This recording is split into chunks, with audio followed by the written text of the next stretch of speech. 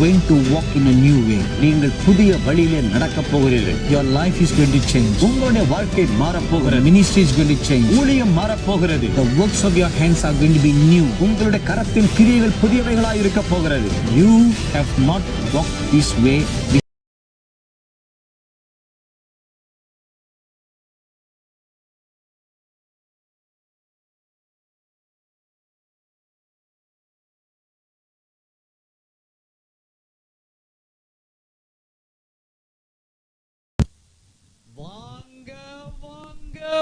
அன்பு செல்லங்களா, கண்மணிகளா, நண்புக்குரிய மகள்மார்களே, மகன்மார்களே, பெரியவர்களே, நண்பர்களே, சகோதர சகோதரி, உங்கள் அனைவருக்கும் இயேசு கிறிஸ்துவின் நாமத்தின எங்களுடைய இதயம் கனிந்த புத்தாண்டு நல் வாழ்த்துக்கள். We want to welcome each one of you to this New Year service. உங்கள் ஒவ்வொருவரையும் இந்த புத்தாண்டு ஆராதனைக்கு நாங்கள் வரவேற்க விரும்புகிறோம். And we greet all of you with a blessed New Year greetings. உங்கள் அனைவருக்கும் ஆசீர்வதிக்கப்பட்ட புத்தாண்டு வாழ்த்துக்களை தெரிவிக்கிறோம். What a great joy to meet once more, or rather the very first time in this first day of the new year. புத்தாண்டில் முதல் நாளிலேயே இப்படி நாம் மீண்டும் சந்திப்பது எத்தனை பெரும் பாக்கியமாகும். All over the world at the stroke of midnight, everybody will be waiting out, sometime drinking, partying to welcome the new year. உலகம் முழுவதுமே நள்ளிரவு 12 மணியை தொட்டதுமே மக்கள் மிகவும் கொண்டாட்டத்தோடு, விருந்தோடு, ஆர்ப்பாட்டத்தோடு புது வருடத்தை வரவேற்க காத்து துடித்துக் கொண்டிருப்பார்கள். Just this afternoon I saw one video clip about how the people in Singapore had welcomed the new year. Singapore மக்கள் புத்தாண்டை எப்படி வரவேற்றார்கள் என்பதை குறித்த ஒரு படத்தொகுப்பு இன்று பிற்பகல் நான் பார்த்தேன். A lot of people, several thousands of them had gathered near the sea area. பல ஆயிரக்கணக்கான மக்கள் கடலுக்கு அருகான பகுதியிலே கூடினவர்களாய், and at the stroke of midnight the whole nation celebrated the welcoming of the new year with fireworks. நள்ளிரவு 12 மணி அடித்த உடனே முழு தேச மக்களே வான வேடிக்கையை நடத்தி புத்தாண்டை வரவேற்று கொண்டாடினார்கள். So there was great festive joy.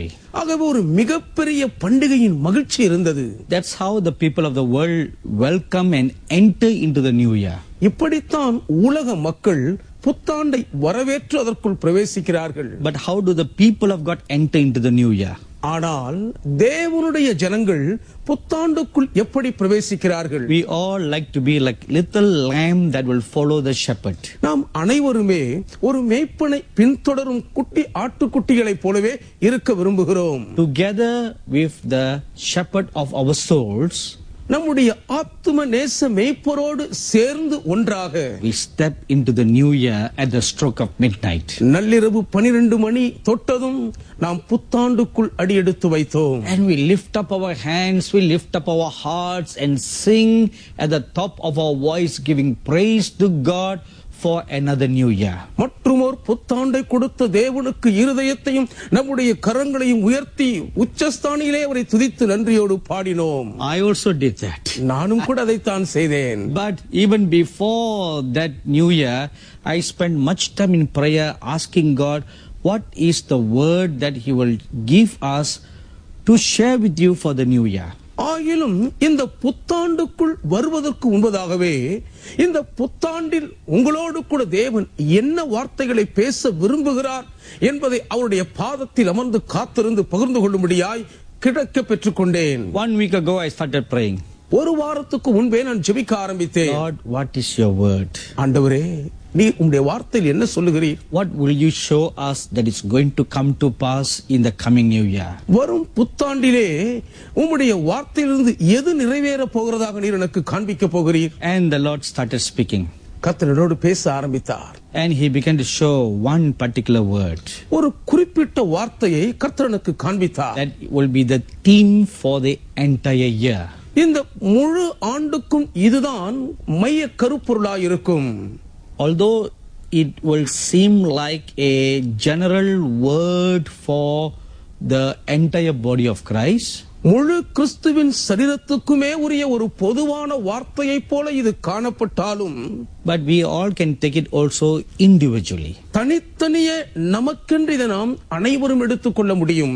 So as I was waiting at the feet of God early this morning, இன்று அதிகாலமே நான் கர்த்தருடைய பாதத்தில் காத்திருந்த போது I was very, very blessed by the great mercies of God to have an awesome experience before the throne of the Almighty God. சர்வ வல்லமையுள்ள தேவனுடைய சிங்காசனத்துக்கு முன்பாக ஒரு மகிமையான அனுபவத்தை பெற்றுக்கொள்ளும்படி அளவிட முடியாத தேவனுடைய இரக்கம் என்னை மிகவும் அதிகமாய் சந்தித்து ஆசீர்வதித்தது.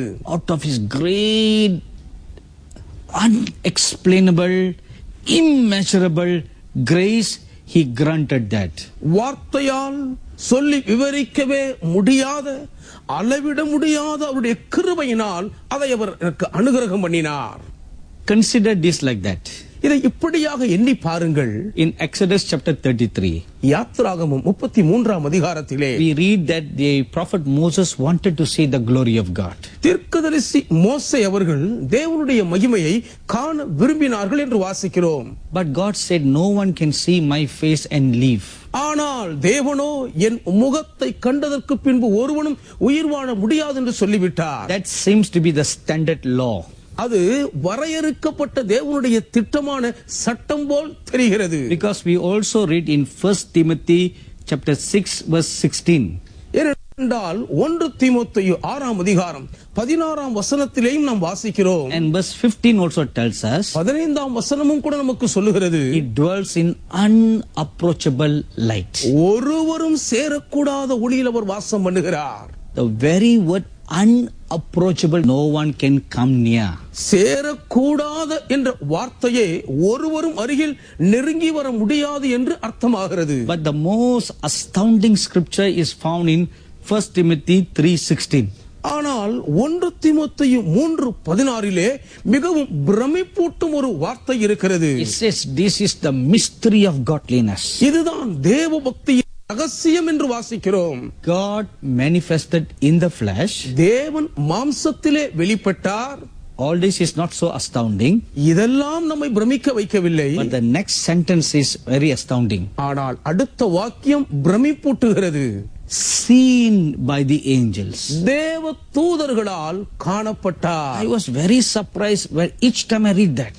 ஒவ்வொரு முறையும் அதை வாசிக்கும் போதெல்லாம் நான் ஆச்சரியப்பட்டு வியப்படைவேன். What does it mean? He was just only seen by angels. வெறும் தேவ தூதர்களால் மாத்திரம் அவர் காணப்பட்டார் என்றால் அதன் அர்த்தம் என்ன? Does it mean that all throughout in heaven the angels couldn't see God? அப்படி என்றால் பரலோக வாச காலம் முழுவதும் இந்த தேவ தூதர்கள் தேவனை காணவே இல்லையா?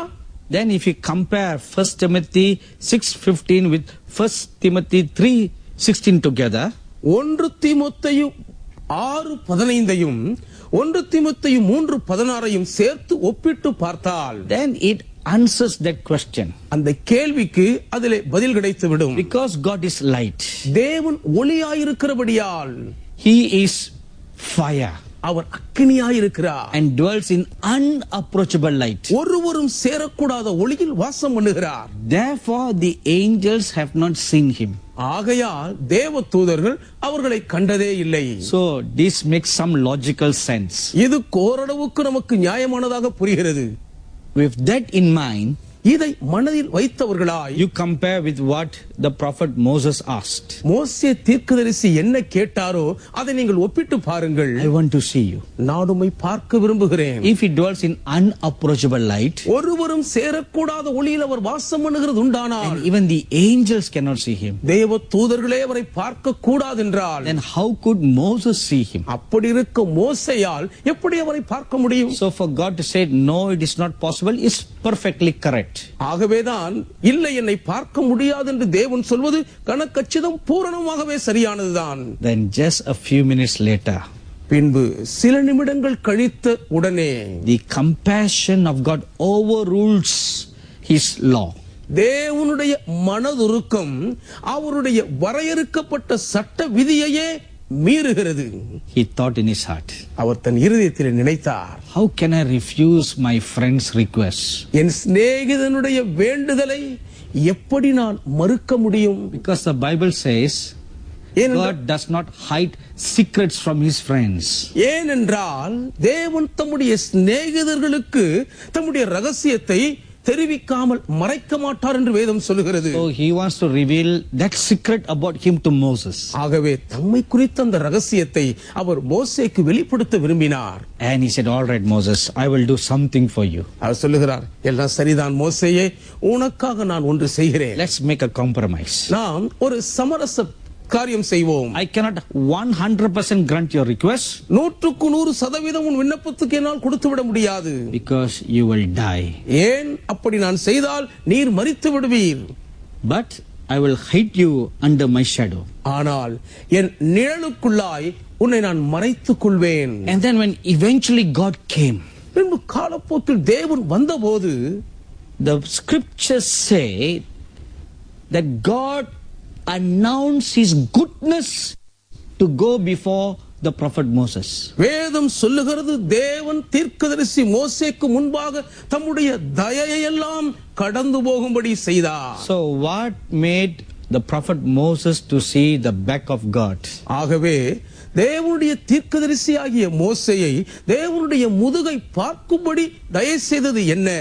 His goodness, தேவனுடைய நன்மையின் தயவே, his grace, தேவனுடைய கிருபையே, his immeasurable mercy. அளவிட முடியாத தேவனுடைய இரக்கங்களே. That was what was extended to me early this morning. அதே கிருபைதான் இன்று அதிகாலமே எனக்கும் அனுகிரகிக்கப்பட்டது. You know, I first heard the voice of the Father in January 1st, 1985. 1985 ஜனவரி 1 தான் நான் முதலாவது நேச பிதாவின் குரலை கேட்டேன். It was also during a New Year church service. அதுவும் ஒரு புத்தாண்டு சபையின் ஆராதனையின் போதுதான் எனக்கு கிடைத்தது. And now I heard again.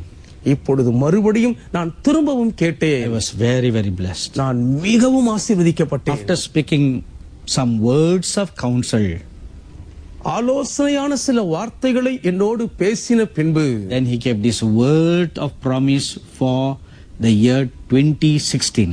2016 ஆண்டுக்கான இந்த வாக்குதத்த வார்த்தையை அவர் எனக்கு கொடுத்தார். What is that word? அந்த வார்த்தை என்ன? This is the word. இதுவே அந்த வார்த்தை.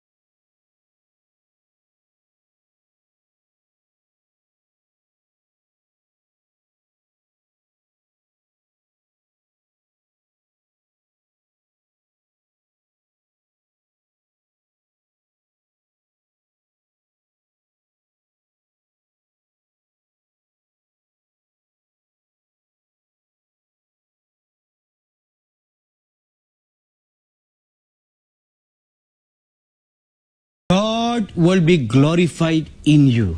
தேவன் உங்களில் மகிமைப்படுவார். So keep that promise in your heart. ஆகவே இந்த வாக்குத்தத்தத்தை உங்கள் இதயத்துக்குள் தக்க வைத்துக் கொள்ளுங்கள். We are going to make postcards and stickers.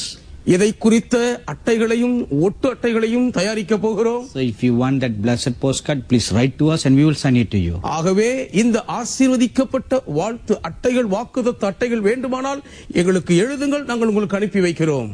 Besides that word, இந்த வார்த்தையோடு கூட, more specifically, the word of the Lord that came unto me for 2016 is this. 2016 ஆண்டுக்காக மிகவும் பிரத்யேகமாக திட்டவட்டமாக வெளிப்பட்ட கர்த்தருடைய வார்த்தை இதுதான். The word keep on ringing before me continuously. இந்த வார்த்தை தொடர்ந்து எனக்கு முன்பாக ரிங்காரமிட்டுக் கொண்டே இருந்தது. The Almighty God said, சர்வ வல்லமையுள்ள தேவன் சொன்னார், this is the year. இதுவே அந்த ஆண்டாகும். This is the time to prepare for glory. மகிமைக்காக ஆயத்தப்படுவதற்கான வருஷம் இதுவே. Write that in your heart. உங்கள் இருதயத்தில் இதை எழுதிக் கொள்ளுங்கள். This is the year. இதுவே இந்த ஆண்டு. This is the time. இதுவே இந்த நேரம். To prepare for glory. மகிமைக்காக ஆயத்தப்படுவதற்கு. Because it is coming. அது வருகிறபடியால். Therefore prepare. ஆகவே ஆயத்தப்படுங்கள். Prepare. ஆயத்தமாகுங்கள். Prepare. ஆயத்தப்படுங்கள். I'm going to read a scripture to you. உங்களுக்காக ஒரு வேத வசனத்தை படிக்க போகிறேன். Turn your Bibles with me to the book of Isaiah, the chapter 62.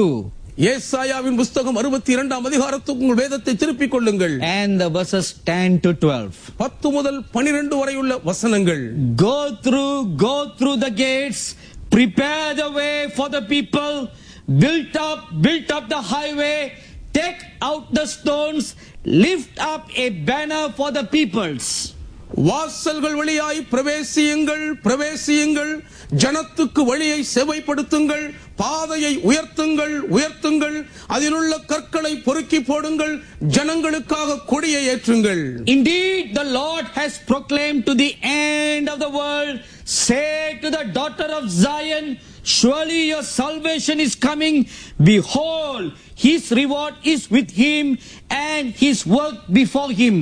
நீங்கள் சீயோன் குமாரத்தியை நோக்கி, இதோ உன் ரட்சிப்பு வருகிறது, இதோ அவர் அருளும் பலன் அவரோடும், அவர் செய்யும் பிரதிபலன் அவர் முன்பாகவும் வருகிறது என்று சொல்லுங்கள் என்று கர்த்தர் பூமியின் கடையாந்திரம் வரைக்கும் கூறுகிறார். And they shall call them the holy people, the redeemed of the Lord, and you shall be called sought out, a city not forsaken. அவர்களை பரிசுத்த ஜனம் என்றும் கர்த்தரால் மீட்கப்பட்டவர்கள் என்றும் சொல்லுவார்கள். நீ தேடிக் கொள்ளப்பட்டதென்றும் கைவிடப்படாத நகரம் என்றும் பெயர் பெறுவாய். Whatever you had lost in the previous year, முந்தைய ஆண்டிலே நீங்கள் எவைகளை எல்லாம் இழந்திருந்தாலும், or even the previous years, அல்லது முந்தைய ஆண்டுகளிலே நீங்கள் இழந்திருந்தாலும், perhaps a calling, ஒருவேளை உங்களை அழைப்பை இழந்திருக்கலாம், perhaps the gifts of the Holy Spirit, பரிசுத்த ஆவியின் வரங்களை இழந்திருக்க கூடும், or perhaps even your relationship with the Almighty God, அல்லது சர்வ வல்லமையுள்ள தேவனோடுள்ள உங்கள் உறவையே நீங்கள் தொலைத்திருக்க கூடும், or even some kind of a natural blessing, அல்லது இயற்கையான ஒரு விதமான ஆசீர்வாதங்களையும் நீங்கள் பறிகொடுத்திருக்கலாம். In this year God will restore what you have lost. இந்த ஆண்டிலே எவைகளை எல்லாம் நீங்கள் இழந்தீர்களோ எல்லாவற்றையும் தேவன் உங்களுக்கு திரும்பவும் மீட்டு கொடுப்பார். I feel very strongly in my spirit right now. இப்பொழுதும் என் ஆவியிலே நான் மிகவும் பலமாக உணர்கிறேன். If you humble yourself, நீங்கள் உங்களை தாழ்த்துவீர்களானால், and seek sincerely the face of the Almighty God, சர்வ வல்லமையுள்ள தேவனாகிய கர்த்தருடைய முகத்தை உண்மையாய் for தேடுவீர்களானால், the next 14 days, அடுத்த 14 நாட்களுக்கு இப்படி செய்தால், you will surely get back all and whatever you have lost. நீங்கள் எவைகளை எல்லாம் இழந்தீர்களோ எல்லாவற்றையும் திரும்ப நிச்சயமாகவே பெற்றுக் கொள்வீர்கள். I see one young girl right now. ஒரு வாலிப பெண்ணை இப்பொழுது நான் பார்க்கிறேன். You are wearing a very light colored blouse நீங்கள் இளநிற ஒரு சட்டை அணிந்திருக்கிறீர்கள், and a pale green cream mixed color skirt, மங்கின பச்சை கிரீம் நிற பாவாடை அணிந்திருக்கிறீர்கள். and your skirt is right up to your knees, little bit below your knees. உங்கள் முழங்காலுக்கும் கொஞ்சம் குறைவாக தான் நீங்கள் பாவாடை அணிந்திருக்கிறீர்கள். Quite similar to what girls wear in Sri Lanka. இலங்கையில் இருக்கிற பெண்கள் அணிந்து கொள்ளும் ஆடைக்கு இணையாய் நீங்கள் உடுத்தி இருக்கிறீர்கள். When I spoke these words about restoration, மீண்டும் நீங்கள் திரும்ப பெற்றுக்கொள்வீர்கள் என்ற வார்த்தை குறித்து நான் பேசும்போது, you covered your face with your hands and you cried. நீங்கள் உங்கள் கைகளால் உங்கள் முகத்தை பொத்திக் கொண்டு அழுதீர்கள். My dear daughter, என் அன்பு மகளே, fear not. பயப்படாதீர்கள். The gifts and callings of God that you lost, நீங்கள் இழந்து போன தேவனுடைய அழைப்பும் வரங்களும், even the baton that you received from God through the word of prophecy, தீர்க்க தரிசன வார்த்தையின் மூலம் தேவனிடத்திலிருந்து நீங்கள் பெற்றுக்கொண்ட அந்த அச்சாரமும், God is giving it back to you. திரும்பவும் தேவன் உங்கள் கையில் அதை கொடுக்கிறார். Is what I strongly perceive in my spirit right now. இப்போதைக்கு இதைத்தான் என் ஆவியில் பலமாய் நான் யூகிக்கிறேன். Many true ministers of God who are watching this program. இந்த நிகழ்ச்சியை பார்த்து கொண்டிருக்கிற அநேக பல உண்மையான தேவனுடைய ஊழியர்களே, You will get a restart in your life. உங்கள் வாழ்க்கையிலே நீங்கள் புதிய ஆரம்பத்தை முடுக்கிவிடப்படுதலை காண்பீர்கள். Like the Lord Almighty will kickstart you to run again. திரும்ப நீங்கள் ஓடும்படி தேவனாகிய கர்த்தரே உங்களை தட்டி எழுப்பி தூண்டி விடுவதை போல் இருக்கும். There are many ministers that I see you have received a baton from the Lord through a word of prophecy. உங்களிலே அநேக ஊழியர்கள் கர்த்தரிடத்திலிருந்து ஒரு தீர்க்கதரிசன வார்த்தையின் மூலம் நீங்கள் முன்னேறுவதற்கு ஓடுவதற்கான ஒரு சுருளை பெற்றிருக்கிறீர்கள். But that baton may have fallen down from your hands. ஆகிலும் அந்த தொடரோட்ட ஜோதி உங்கள் கையிலிருந்து கீழே விழுந்து போயிருக்க கூடும். It is now been picked up and given back to you again. மீண்டும் அது திரும்பவும் எடுத்து உங்கள் கையிலே மறுபடியும் அது கொடுக்கப்படுகிறது. Spend the next 14 days to humble yourselves and sincerely seek the Almighty God. உங்களையே தாழ்மைப்படுத்தி சர்வ வல்லமையுள்ள தேவனை உண்மையாய் தேடும்படிக்கு அடுத்த 14 நாட்களை செலவிடுங்கள். Many special angels have been appointed for that work of enhancing restoration. உங்களுடைய வாழ்க்கையை மறுபொலிவடைய செய்வதற்கு மேம்படுத்தும் பணியை முடுக்கி விடுவதற்கான பல விசேஷித்த தேவ தூதர்கள் இதற்கென்றே நியமிக்கப்பட்டிருக்கிறார்கள். If the baton in the hand, உங்கள் கைகளிலே அந்த ஜோதியை உடையவர்களாய் you can come back to the starting block of running your race. உங்கள் ஓட்டத்தை ஓடும் அந்த துவக்க முனைக்கு நீங்கள் திரும்ப வந்து சேர முடியும். Oh, I see that picture right now. இப்பொழுதே நான் அந்த காட்சியை பார்க்கிறேன். Remember this, my dearly beloved fellow ministers of God. எனக்கு மிகவும் அன்புக்குரிய தேவனுடைய உடன் ஊழியர்களே, இதை நீங்கள் நினைவில் கருத்தாய் கொள்ளுங்கள். All is not lost. எல்லாமே இன்னும் இழந்து போய் விடவில்லை. A restart has begun today. மறுபடியும் உங்களை முடுக்கி விடுதல் இன்று ஆரம்பம் கண்டுவிட்டது.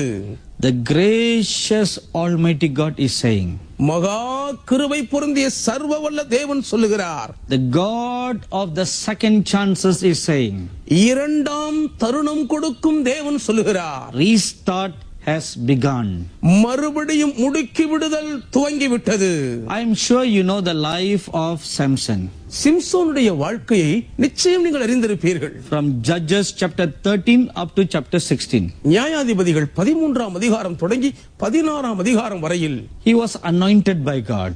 தேவனால் அவர் அபிஷேகம் பண்ணப்பட்டவர்தான். Chosen by God to be a judge over Israel. இஸ்ரவேலின் மேல் நியாயாதிபதியாக இருக்கும் பொருட்டு தேவனால் தெரிந்து கொள்ளப்பட்டவர். Even before he was born, அவர் பிறப்பதற்கு முன்னமே he was called and known and chosen by God. தேவனால் அழைக்கப்பட்டவராய் அறியப்பட்டவராய் தெரிந்தெடுக்கப்பட்டிருந்தார். Just like the prophet Jeremiah. எரேமியா தீர்க்கதரிசியைப் போலவே. And as he was growing up, அவர் வளர்ந்து ஆளான போது and he started his ministry, தன் ஊழியத்தை துவங்கினார். he did well. நன்றாகத்தான் செய்தார். But along the way he strayed away from the righteous holy path of God.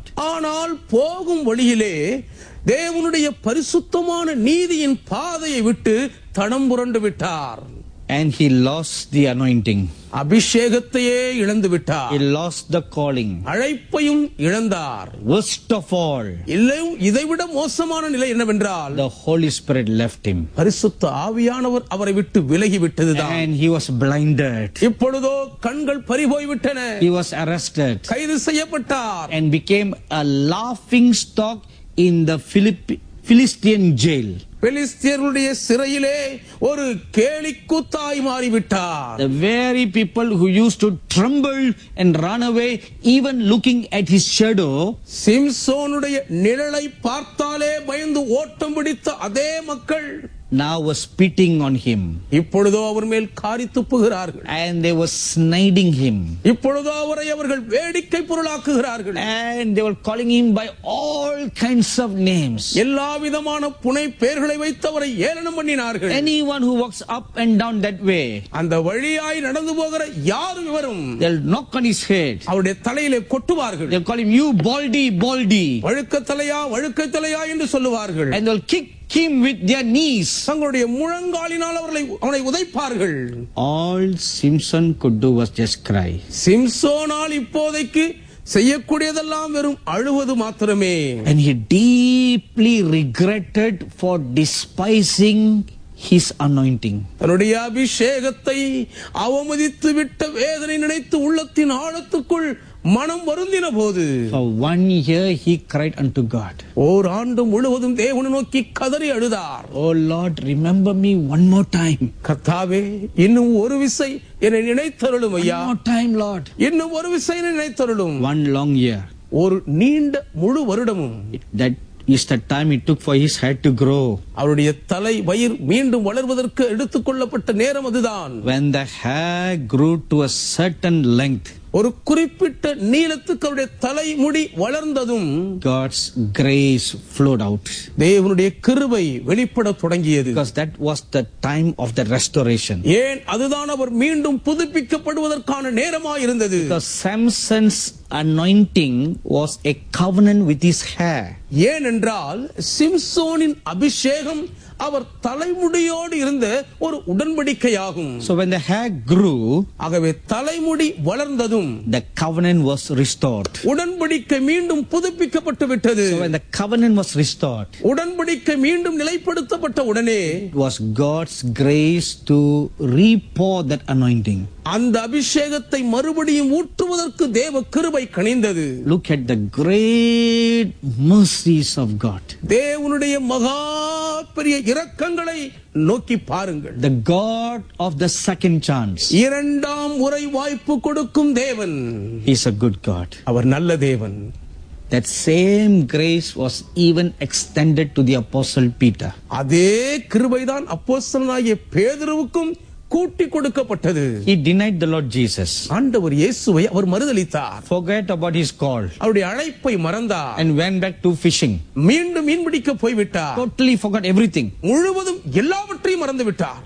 He forgot the Lord. கர்த்தரை மறந்தார். He forgot God's call. தேவனுடைய அழைப்பையும் மறந்தார். Forgot God's promise. தேவனுடைய வாக்குத்தத்தத்தையும் மறந்து விட்டார். Even the calling for them to meet the Lord in Galilee after the resurrection, he forgot it. உயிர்த்தெழுந்த பின்பு கலிலேயாவிலே கர்த்தரை சந்திப்பதற்காக விடுக்கப்பட்ட அழைப்பையும் கூட அவர் மறந்தே விட்டார். Why did he do all that? ஏன் இவைகளை எல்லாம் அவர் செய்தார்? Because he was feeling so guilty that he had denied the Lord Jesus. கர்த்தர் இயேசு கிறிஸ்துவை தான் மறுதலித்து விட்டோமே என்ற அளவு கடந்த குற்ற உணர்வினால் பாதிக்கப்பட்டதினால்தான் He felt that God will not forgive him. தேவன் தன்னை மன்னிக்கவே மாட்டார் என்று அவர் உணர்ந்தார். Because the Lord specifically told him. ஏனென்றால் கர்த்தர் திட்டவட்டமாய் அவரோடு பேசினார். Oh Peter, பேதுருவே, பேதுருவே, Satan is going to sift you. சாத்தான் உன்னை புடைக்க போகிறான். But I have prayed for you. நானோ உனக்காக வேண்டிக் கொண்டேன். Your faith will not fail. உன் விசுவாசம் ஒளிந்து போகக்கூடாது என்று வேண்டிக் கொண்டேன். But you must pray. ஆகிலும் நீ ஜெபிக்க வேண்டும். He will remember that incident. அந்த சம்பவத்தை எப்பொழுதும் நினைத்து பார்ப்பார். And he remembers another incident. வேறொரு சம்பவத்தை நினைத்து பார்ப்பார். And the Lord Jesus said, கர்த்தர் இயேசு சொன்னபோது, all will deny me and all will forsake me. நீங்கள் எல்லாரும் என்னை கைவிட்டு விட்டு ஓடிவிடுவீர்கள். But Peter said, ஆனால் பேதுரு சொல்லுகிறார், Lord, ஆண்டவரே, all may forsake you except me. என்னை தவிர எல்லாரும் உம்மை கைவிட்டு I விடுவார்கள். will even go to prison with you. உம்மோடு கூட நான் சிறைக்கு வருவேன். And the Lord looked at him. அப்பொழுதுதான் கர்த்தர் அவரை நோக்கி பார்த்தார். Peter, you will be the first one to deny me. பேதுருவே, என்னை மறுதலிக்கிற முதலாள் நீயாதான் இருப்பாய். Before the cock crows 3 times, சேவல் 3 முறை கூவதற்கு முன்னே you will deny me. நீ என்னை மறுதலிப்பாய். He said, no, Lord, how can I do that? அப்படிலாம் இல்ல ஆண்டவரே, நான் எப்படி அதை செய்வேன் என்றார். He will remember that. அவர் அதை நினைத்து பார்ப்பார். And the guilt comes into him. அந்த குற்ற உணர்வு அவருக்குள் வாட்டி வதைக்கும். He couldn't bear to live with that guilt. அந்த குற்ற உணர்வோடு வாழ அவரால் முடியவில்லை. So he gave up. ஆகவேதான் விட்டு கொடுத்து விட்டார். went back to fishing. மீண்டும் மீன் பிடிக்க போய் விட்டார். But the Lord came looking for him. ஆனால் கர்த்தரோ அவரை தேடி வந்தார். Look at that. அதை பாருங்களேன். What matchless love. எவ்வளவு ஈடு இல்லாத நேசம். He came looking for him. இயேசு அவரை தேடி வந்தார். Called him. அவரை அழைத்தார். Come Peter. பேதுருவே வா என்றார். Let's take a little walk. நாம் கொஞ்ச தூரம் நடந்து போவோம் வா. While talking, பேசிக்கொண்டிருக்கும் போதே he restored that baton into his hand. மறுபடியும் அவர் கைக்குள்ளாக அந்த அழைப்பின் கோப்பையை கொடுத்து விட்டார். Yeah, you left it down. பேதுருவே அதை கீழே போட்டு விட்டாய். I picked it up for you, Peter. பேதுருவே உனக்காக தான் அதை கீழே இருந்து நான் தூக்கி எடுத்தேன். Here, take it. இதை எடுத்துக்கொள். Now restore your brothers. உங்கள் சகோதரர்களை போய் இப்பொழுது ஸ்திரப்படுத்து. Now run the race. இப்பொழுது ஓட்டத்தை திரும்ப ஓடு. And Peter ran. பேதுரு ஓடினார். Never looked back again. அதற்கு பின்பு அவர் ஒருபோதும் திரும்பி பார்க்கவே In இல்லை. the same manner, அதே போலவேதான் your restoration has just begun. உங்களுடைய புதுப்பிக்கும் பணி இப்பொழுது துவங்கிவிட்டது. Come on, lift up your hands and give glory to God. பாருங்கள், உங்கள் கரங்களை உயர்த்தி தேவனுக்கு மகிமை செலுத்துங்கள். And during this year that God is going to pour out his glory, தேவன் தம்முடைய மகிமையை ஊற்றப் போகிற இந்த ஆண்டின் ஊடாக he is going to pour out his glory, therefore we should prepare. நாம் ஆயத்தப்பட வேண்டும். ஆகவேதான் அவர் தம்முடைய மகிமையை ஊற்றப் போகிறார். So what are the things that God is going to do in this year? ஆகவே இந்த ஆண்டிலே தேவன் என்னென்ன காரியங்களை எல்லாம் செய்ய போகிறார்? Number 1, முதலாவதாக God is going to pour out forth his 7 spirits.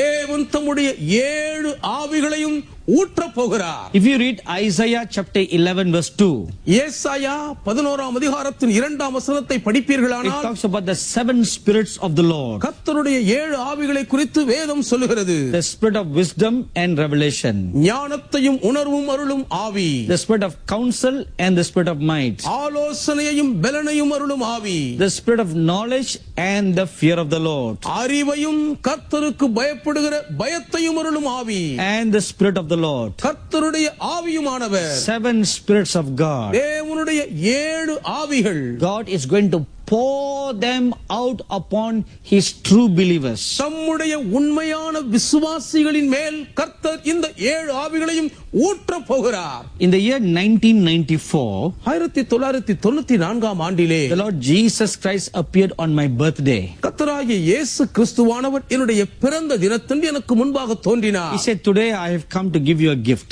இன்று நான் உனக்கு ஒரு பரிசு கொடுக்க வந்திருக்கிறேன் என்று சொன்னார். And he gave me a small little box. எனக்கு ஒரு சிறு பெட்டியை கொடுத்தார். Quite similar to the kind of box that you'll get when you go and buy a ring. நீங்கள் ஒரு மோதிரம் வாங்கும் பொழுது உங்களுக்கு கிடைக்கக்கூடிய அந்த சிறிய பெட்டியை போன்ற பெட்டி அது. So when I opened the box, அந்த பெட்டியை நான் திறந்தபோது there was no any precious ring. உள்ளுக்குள்ள எந்த விலையேற பெற்ற மோதிரமும் இருக்கவில்லை. Rather, there was only one small piece of paper. ஆனால் அதற்கு மாறாக ஒரே ஒரு சிறிய துண்டு காகிதம் இருந்தது. When I saw the paper, அந்த காகிதத்தை நான் பார்த்தபோது on it was written, அதன் மேல் எழுதப்பட்டிருந்தது Isaiah 11:2.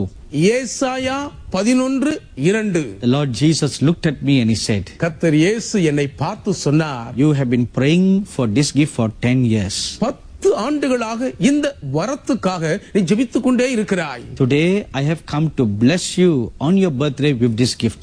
இன்றைக்கும் உன் பிறந்த நாளன்று இந்த வரத்தை கொடுத்து உன்னை ஆசீர்வதிக்கும்படி நான் வந்திருக்கிறேன். Then he laid his hands on my head and released, blessed with that 7 spirits of the Lord. பின்பு தன்னுடைய கரங்களை என் தலையின் மேல் வைத்து அந்த 7 கர்த்தருடைய ஆவிகளையும் எனக்குள்ளாக அனுப்பி என்னை ஆசீர்வதித்து ஜெபித்தார். Then I looked at him and I said, பின்பு நான் அவரை பார்த்து சொன்னேன், Lord, I don't know anything about these 7 spirits. ஆண்டவரே, இந்த 7 ஆவிகளை குறித்து எனக்கு எதுவுமே தெரியாதே. I have never read anywhere about these 7 spirits of the Lord. கர்த்தருடைய இந்த 7 ஆவிகளை குறித்து நான் எங்கேயும் படித்தும் பார்த்ததில்லை.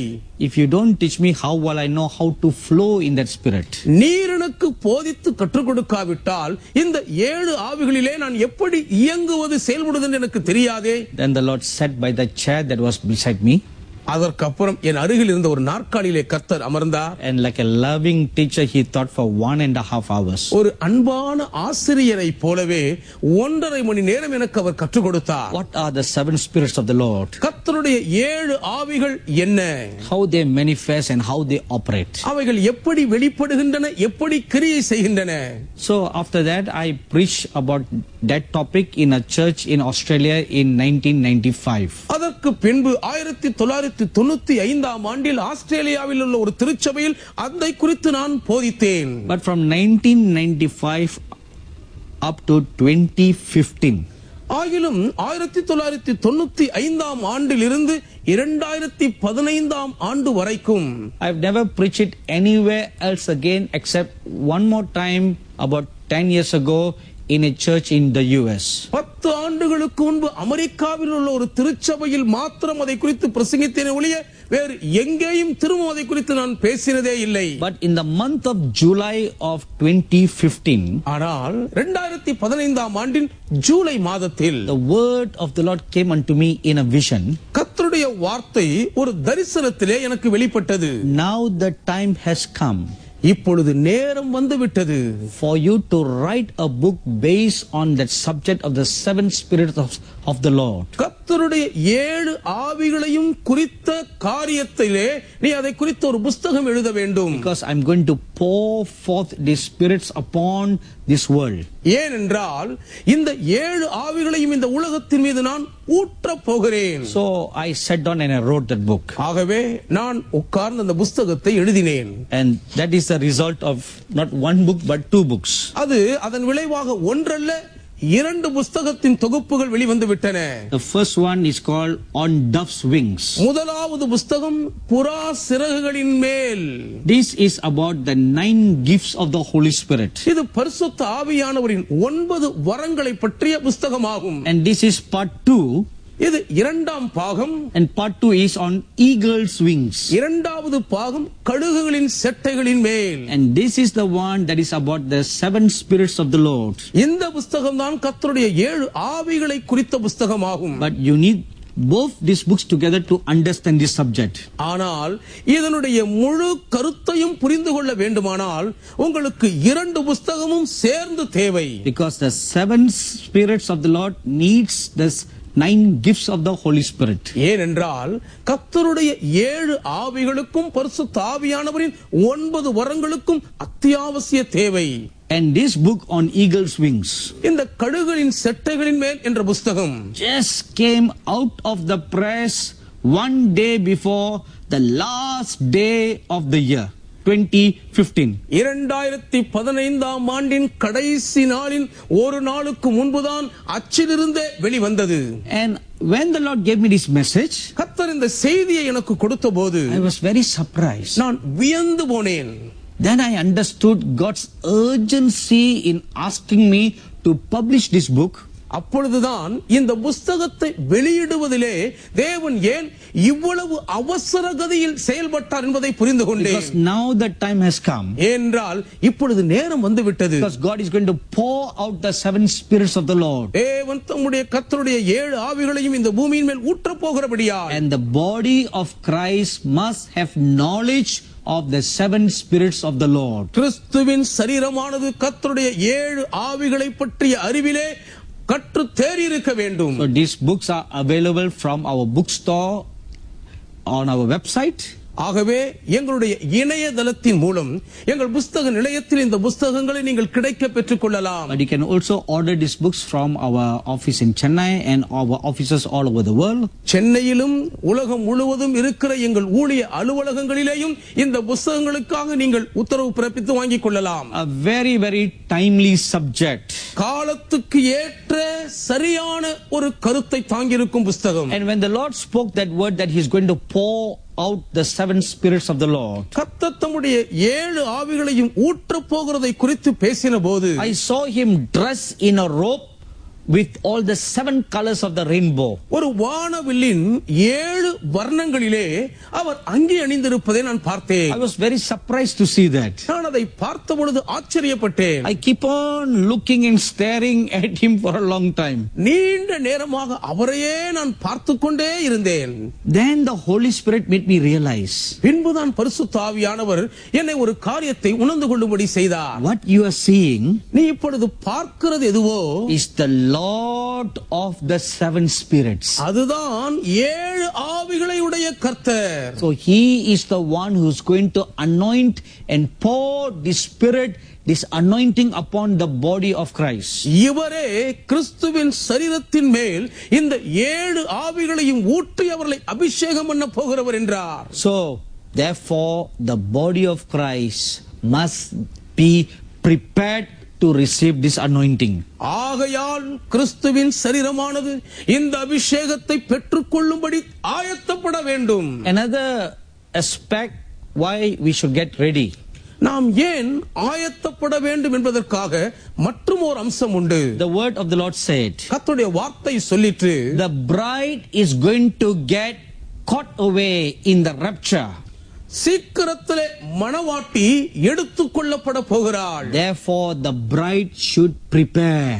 ஆகவே மணவாட்டி ஆயத்தப்பட வேண்டும். If you read Revelation chapter 19 verse 7, வெளிப்படுத்தின விசேஷம் 19ஆம் அதிகாரத்தின் 7ஆம் வசனத்தை நீங்கள் படிப்பீர்களானால், it says the marriage of the lamb has come ஆட்டுக்குட்டியானவருடைய கல்யாணம் வந்தது என்று வாசிக்கிறோம். and the bride had made herself ready. மணவாட்டி தன்னை ஆயத்தம் பண்ணினாள். Or the bride had prepared herself. மணவாட்டியானவள் தன்னை ஆயத்தப்படுத்தி விட்டாள். Now the bridegroom is coming to catch away his bride. இப்பொழுது மணவாளன் தன் மணவாட்டியை கைபிடித்து கொண்டு போகும்படி வருகிறார். You should get ready. நீங்கள் ஆயத்தப்பட வேண்டும். You should prepare. நீங்கள் ஆயத்தமாக வேண்டும். Put away all gossiping. எல்லா வம்பு பேசுகிற அவதூறையும் அகற்றிவிட வேண்டும். Put away the speaking of lies. பொய் பேசுகிற பழக்கத்தை உங்களை விட்டு அகற்ற வேண்டும். Put away the competitive spirit. போட்டி மனப்பான்மையின் ஆவியை உங்களை விட்டு துரத்த வேண்டும். Put away being envious and covetous of one another. ஒருவர் மீது ஒருவர் பொறாமையும் பொருளாசை உடையவருமாய் இருக்கும் தன்மையை உங்களை விட்டு விலக்கிவிட வேண்டும். Put away pointing the accusing finger at one another. ஒருவர் மீது ஒருவர் குற்றம் சாட்டி விரல் நீட்டுகிறதை நீங்கள் நீக்கிவிட வேண்டும். Rather look deep into your spirit and soul. அதற்கு பதிலாக உங்கள் ஆவிக்குள்ளாக ஆத்துமாவுக்குள்ளாய் ஆழமாய் உற்று நோக்க வேண்டும். And as the Bible says, வேதம் சொல்லுகிறபடியே 1 Thessalonians chapter 5 verse 23, 1 தெசலோனிக்கேயர் 5ஆம் அதிகாரம் 23ஆம் வசனம், that your spirit, soul and body be holy and blameless before the Lord God. உங்களுடைய ஆவி, ஆத்துமா, சரீரம் தேவனாகிய கர்த்தருக்கு முன்பாக குற்றமற்றதாய் பரிசுத்தமாய் காக்கப்படுவதாக. 2 Corinthians 7:1 says, 2 கொரிந்தியர் 7:1 சொல்லுகிறது, perfect holiness in the fear of the Lord. கர்த்தருக்கு பயப்படுதலை பரிசுத்தமாகுதலை பூரணப்படுத்த கடவீர்கள். Perfect holiness within you. பரிசுத்தமாகுதலை உங்களுக்குள் பூரணப்படுத்துங்கள். And Philippians 2:12 says, பிலிப்பியர் 2:12 சொல்லுகிறது, work out your own salvation with fear and trembling. நீங்கள் பயத்தோடும் நடுக்கத்தோடும் உங்கள் சொந்த ரட்சிப்பு நிறைவேற பிரயாசப்பட வேண்டும். This you need to do to prepare yourselves to be caught by the Lord bridegroom. மணவாளனாகிய நேச கர்த்தராலே நீங்கள் எடுத்துக் கொள்ளப்படுவதற்காய் இப்படி உங்களை ஆயத்தப்படுத்திக் கொள்ள வேண்டும். Because the Bible says, ஏனென்றால் வேதம் சொல்லுகிறது, Matthew 24, மத்தேயு 24 38 to 42, 38 முதல் 42 வரையில், no one knows when the bridegroom will come. மணவாளன் எப்பொழுது வருவார் என்று யாருக்குமே தெரியாது. Is it in the morning? அது காலையிலோ, Is it in the afternoon? அல்லது மதியானமோ, Is it in the evening? அல்லது சாயங்காலமோ, Is it in the midnight? அது நள்ளிரவோ, Nobody knows. யாருக்கும் தெரியாது. I'm sure you remember the parable of the 10 virgins. 10 கன்னிகைகளை குறித்த ஓமை உங்கள் மனதில் இருக்கும் என்று நான் நிச்சயம் நம்புகிறேன். They all went forth to meet the bridegroom. மணவாளனை சந்திக்கும்படி தான் எல்லாரும் புறப்பட்டார்கள். But he did not come at their expected time. ஆனால் அவர்கள் எதிர்பார்த்திருந்த நேரத்தில் மணவாளன் வரவில்லை. He came in his own time and they were not ready. அவர் எப்பொழுது வர வேண்டும் நினைத்திருந்தாரோ அந்த நேரத்தில் அவர் வந்தார், அவர்களோ ஆயத்தமாயில்லை. So prepare. ஆகவே ஆயத்தப்படுங்கள். The third thing we need to get ready. மூன்றாவது நாம் ஆயத்தப்பட வேண்டிய காரியம், God is going to ask for an account. தேவன் கணக்கு கேட்பார். So prepare. ஆகவே ஆயத்தமாகுங்கள். Prepare to give an account to him. அவருக்கு கணக்கு கொடுப்பதற்கு ஆயத்தப்படுங்கள். The Lord Jesus told a parable. கர்த்தர் இயேசு ஒரு ஓமையை சொன்னார். In Luke chapter 16, லூக்கா 16ஆம் அதிகாரத்தில் verse 1 and 2, 1-2 வசனங்களிலே concerning a dishonest manager. அநீதியுள்ள ஒரு உக்கிரானக்காரனை குறித்து, When the owner of the company realized that the manager has been dishonest, அந்த நிறுவனத்தின் எஜமானன் நியமிக்கப்பட்ட உக்கிரானக்காரன் அநீதியாய் இருக்கிறான் என்பதை உணர்ந்த உடனே and he asked for an account. ஒரு கணக்கு கேட்கிறான். Not only that, அது மாத்திரமல்ல, in Matthew 25, மத்தேயு 25 the Lord Jesus told another parable of the talents. தாளந்துகளை குறித்து மற்றுமோர் உவமையை ஆண்டவர் இயேசுவே குறிப்பிட்டார். And he spoke about a man giving talents to his servants. ஒரு மனிதன் தன் ஊழியக்காரர்களுக்கு தாளந்துகளை பகிர்ந்து கொடுப்பதை குறித்து சொன்னார். And after he came back, திரும்பி வந்த பின்பு he asked for an account. கணக்கு கேட்கிறான். Show what you have done. என்ன செய்தாய் என்பதை எனக்கு காண்பி. In the same manner, அதே விதமாகத்தான் he is asking an account.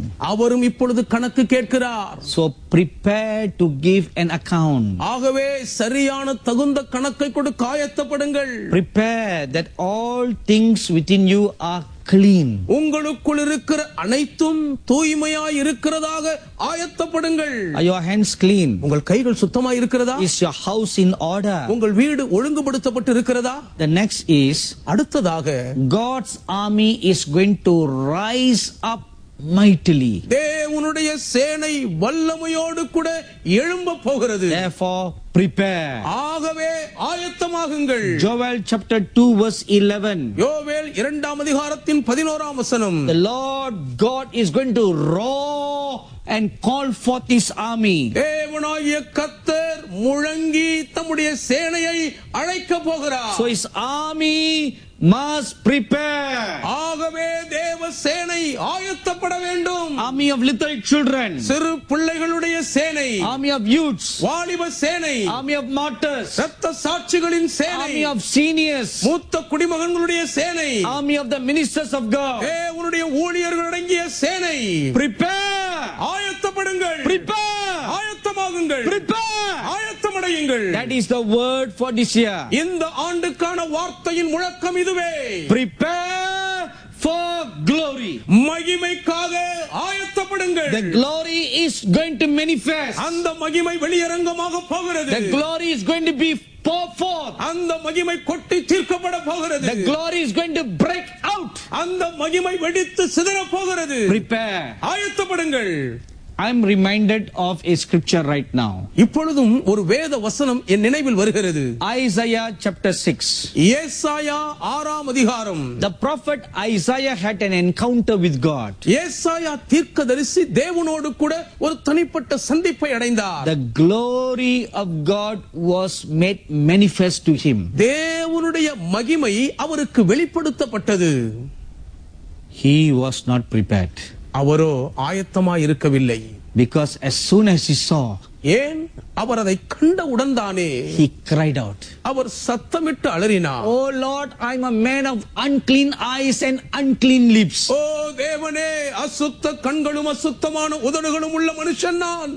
If he had been prepared, அவர் மாத்திரம் ஆயத்தமாய் இருந்திருப்பாரானால் he would not have cried like that. அவர் அப்படி அலறி இருக்க தேவையில்லை. As soon as he saw the glory, ஆனால் அந்த மகிமை அவர் கண்டவுடனே he felt deeply convicted of his shortcomings. அவருடைய குற்றம் குறைவுகளை குறித்து ஆழமாய் கண்டித்து உணர்த்தப்பட்டார். My dearly beloved brothers and sisters, எனக்கு மிகவும் அன்புக்குரிய சகோதர and சகோதரிகளே, especially ministers of God and church leaders, அதிலும் விசேஷமாக தேவனுடைய ஊழியர்களே, திருச்சபையின் தலைவர்களே, put your house in order, உங்கள் வீட்டு காரியத்தை ஒழுங்குபடுத்துங்கள். so that when the glory comes, ஆகவே தேவ மகிமை வரும்போது it will not destroy you. அது உங்களை அழித்து போடாமல் இருக்கும்.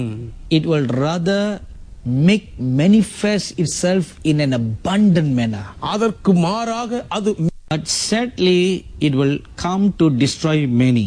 ஆனால் துக்கமாய் சொல்லுகிறேன், அநேகரை அழிப்பதற்காகத்தான் மகிமை வெளிப்பட போகிறது. I'm trying to refrain from saying that for a long time. நீண்ட நேரம் இதை சொல்ல வேண்டாம் என்று நான் எவ்வளவோ அடக்க முயற்சிக்கிறேன். But the Holy Spirit has been prodding me to say that. ஆனால் பரிசுத்த ஆவியானவரோ இதை நான் சொல்லித்தான் ஆக வேண்டும் என்று என்னை பலவந்தம் பண்ணுகிறார். The glory of God will come. தேவனுடைய மகிமை வரும். even to judge. நியாயம் தீர்க்கவும் வரும். So before that, ஆகவே அதற்கு முன்பதாகவே let's put our house in order. நம்முடைய வீட்டு காரியங்களை சீர்படுத்தி ஒழுங்கு செய்து விடுவோம். Let the works of our hands be clean. நம்முடைய கைகளின் கிரியைகள் எல்லாம் தூய்மையாய் இருப்பதாக. Let the words of our lips not be of double standard. நம்முடைய உதடுகளிலிருந்து பிறக்கும் வார்த்தைகள் இரட்டை வேடம் போடாதிருப்பதாக. Let it be righteous. அது நீதியாய் துலங்குவதாக. The words of truth. அது சத்தியமுள்ள வார்த்தைகளாய் இருப்பதாக. Because the Bible says, ஏனென்றால் வேதம் சொல்லுகிறது, a fountain of water that comes out will not be unclean. நிலத்திலிருந்து பீரிட்டு வரும் ஒரு ஊற்று தண்ணீர் அசுத்தமாய் இருக்காதே. If the source is the living springs of living waters of God, அந்த நீரூற்றுகள் ஜீவ தண்ணீரான தேவனுடைய ஊற்றுகளின் ஆதாரமாய் இருக்குமே ஆனால், how can a spring that comes from that source be unclean? அந்த ஜீவ நீரூற்றிலிருந்து புறப்பட்டு வரும் தண்ணீர் எப்படி அசுத்தமாய் இருக்க முடியும்? It will only become unclean if there is corruption in our hearts. நம்முடைய இருதயத்துக்குள் பாவமும் அக்கிரமமும் இருந்தால் மாத்திரம்தான் அது அசுத்தமாய் இருக்கும். Put it away. அதை அகற்றி விடுங்கள். I feel the Holy Spirit giving me a counsel for you. பரிசுத்த ஆவியானவர் இப்பொழுது உங்களுக்கு என் மூலம் ஒரு ஆலோசனை கொடுக்கிறதை உணர்கிறேன். Call for a corporate 7 days fast of your church. உங்களுடைய சபையாக நீங்கள் இணைந்து ஒரு 7 நாள் உபவாசத்துக்காக ஒருமுகப்பட்டு அழைப்பு விடுங்கள். From the head of the church right up to the smallest member in the church. திருச்சபையின் தலைமை பொறுப்பில் இருக்கிறவர் தொடங்கி கடைநிலையில் அங்கத்தினர் வரைக்கும். Just like how the king of Nineveh did. எப்படி நினிவே ராஜா செய்தாரோ அதை போலவே. And then very honestly and humbly analyze what are the shortcomings in the church. அதற்கு பின்பு மிகவும் தாழ்மையாக ஆனால் மன உண்மையாக திருச்சபையில் இருக்கிற குற்றம் குறைகளை நீங்கள் முழுவதும் ஆராய்ந்து பாருங்கள். You must be humble and open enough for the church members to point out the mistakes. திருச்சபையின் அங்கத்தினர்கள் குறைகளை குற்றங்களை சுட்டிக்காட்டக்கூடிய அளவுக்கு நீங்கள் வெளிப்படையாய் திறந்த நிலையில் உண்மையாய் தாழ்த்த வேண்டும். If you do that, இப்படி நீங்கள் செய்வீர்களானால் the grace of God will come to meet you உங்களை சந்திக்கும்படி தேவனுடைய கிருபை இறங்கி வரும். and prepare you and your church to receive the glory. மகிமையை பெற்றுக்கொள்ளும்படி உங்களையும் உங்கள் சபையையும் ஆயத்தப்படுத்தும். And the fourth thing is, நான்காவது காரியம் என்னவென்றால், the 7 spirits are 7 anointings that will be poured out. அந்த கர்த்தருடைய 7 ஆவிகளும் ஊற்றப்பட போகிற 7 அபிஷேகங்களாய் இருக்கும். Which means each spirit of the Lord, there are 7 anointing. அப்படி என்றால் கர்த்தருடைய ஒவ்வொரு ஆவியும் 7 அபிஷேகத்தை உடையது. And it will be poured out. அது அப்படியே உங்கள் மீது ஊற்றி தீர்க்கப்படும். Therefore prepare. ஆகையால் ஆயத்தப்படுங்கள். You know, if you read Exodus chapter 24, யாத்திராகமம் 24ஆம் அதிகாரத்தை படிப்பீர்களானால், the prophet Moses was going to have an awesome encounter with God. மோசே தீர்க்கதரிசி அவர்கள் தேவனோடு கூட ஒரு மகிமையான சந்திப்பை அடைய போகிறார்கள். God was going to reveal to him about the 10 commandments. 10 கட்டளைகளை குறித்து தேவன் மோசேக்கு வெளிப்படுத்த போகிறார். And then he's going to reveal to him about the tabernacle. ஆசரிப்பு கூடார வரையறையை குறித்தும் தேவன் மோசேக்கு வெளிப்படுத்த இருக்கிறார். The 10 commandments was already revealed to him. 10 கட்டளைகள் முன்னமே அவருக்கு வெளிப்படுத்தப்பட்டு விட்டனதான். This now leads him to that. இப்பொழுது இதுதான் அதற்கு இவரை வழிநடத்துகிறது. He's going to get a very, very important plan from God. தேவனிடத்திலிருந்து அதி முக்கியத்துவம் வாய்ந்த ஒரு தேவ திட்டத்தை அவர் பெற்றுக்கொள்ள போகிறார். So God told him to come up to the mountain. ஆகவேதான் தேவன் அவரை பார்த்து மலையின் மேல் ஏறி வரும்படி பணித்தார். He climbed up the mountain. மலையின் மேல் ஏறி சென்றார். And he waited for God for 7 days. 7 நாட்கள் அளவும் தேவனுக்காய் அவர் காத்திருந்தார். The first 6 days nothing happened. முதல் 6 நாட்களுக்கு ஒன்றும் நடக்கவில்லை. He just waited there. அப்படியே அங்கே அவர் காத்திருந்தார். Then on the 7th day, பின்பு 7ஆம் நாளில் he heard a voice from the cloud saying, "Come." மேகத்தில் இருந்து இங்கே வா என்ற ஒரு சத்தத்தை கேட்டார். So why nothing happened on the 6 days? ஏன் 6 நாட்களும் ஒன்றுமே நடக்கவில்லை?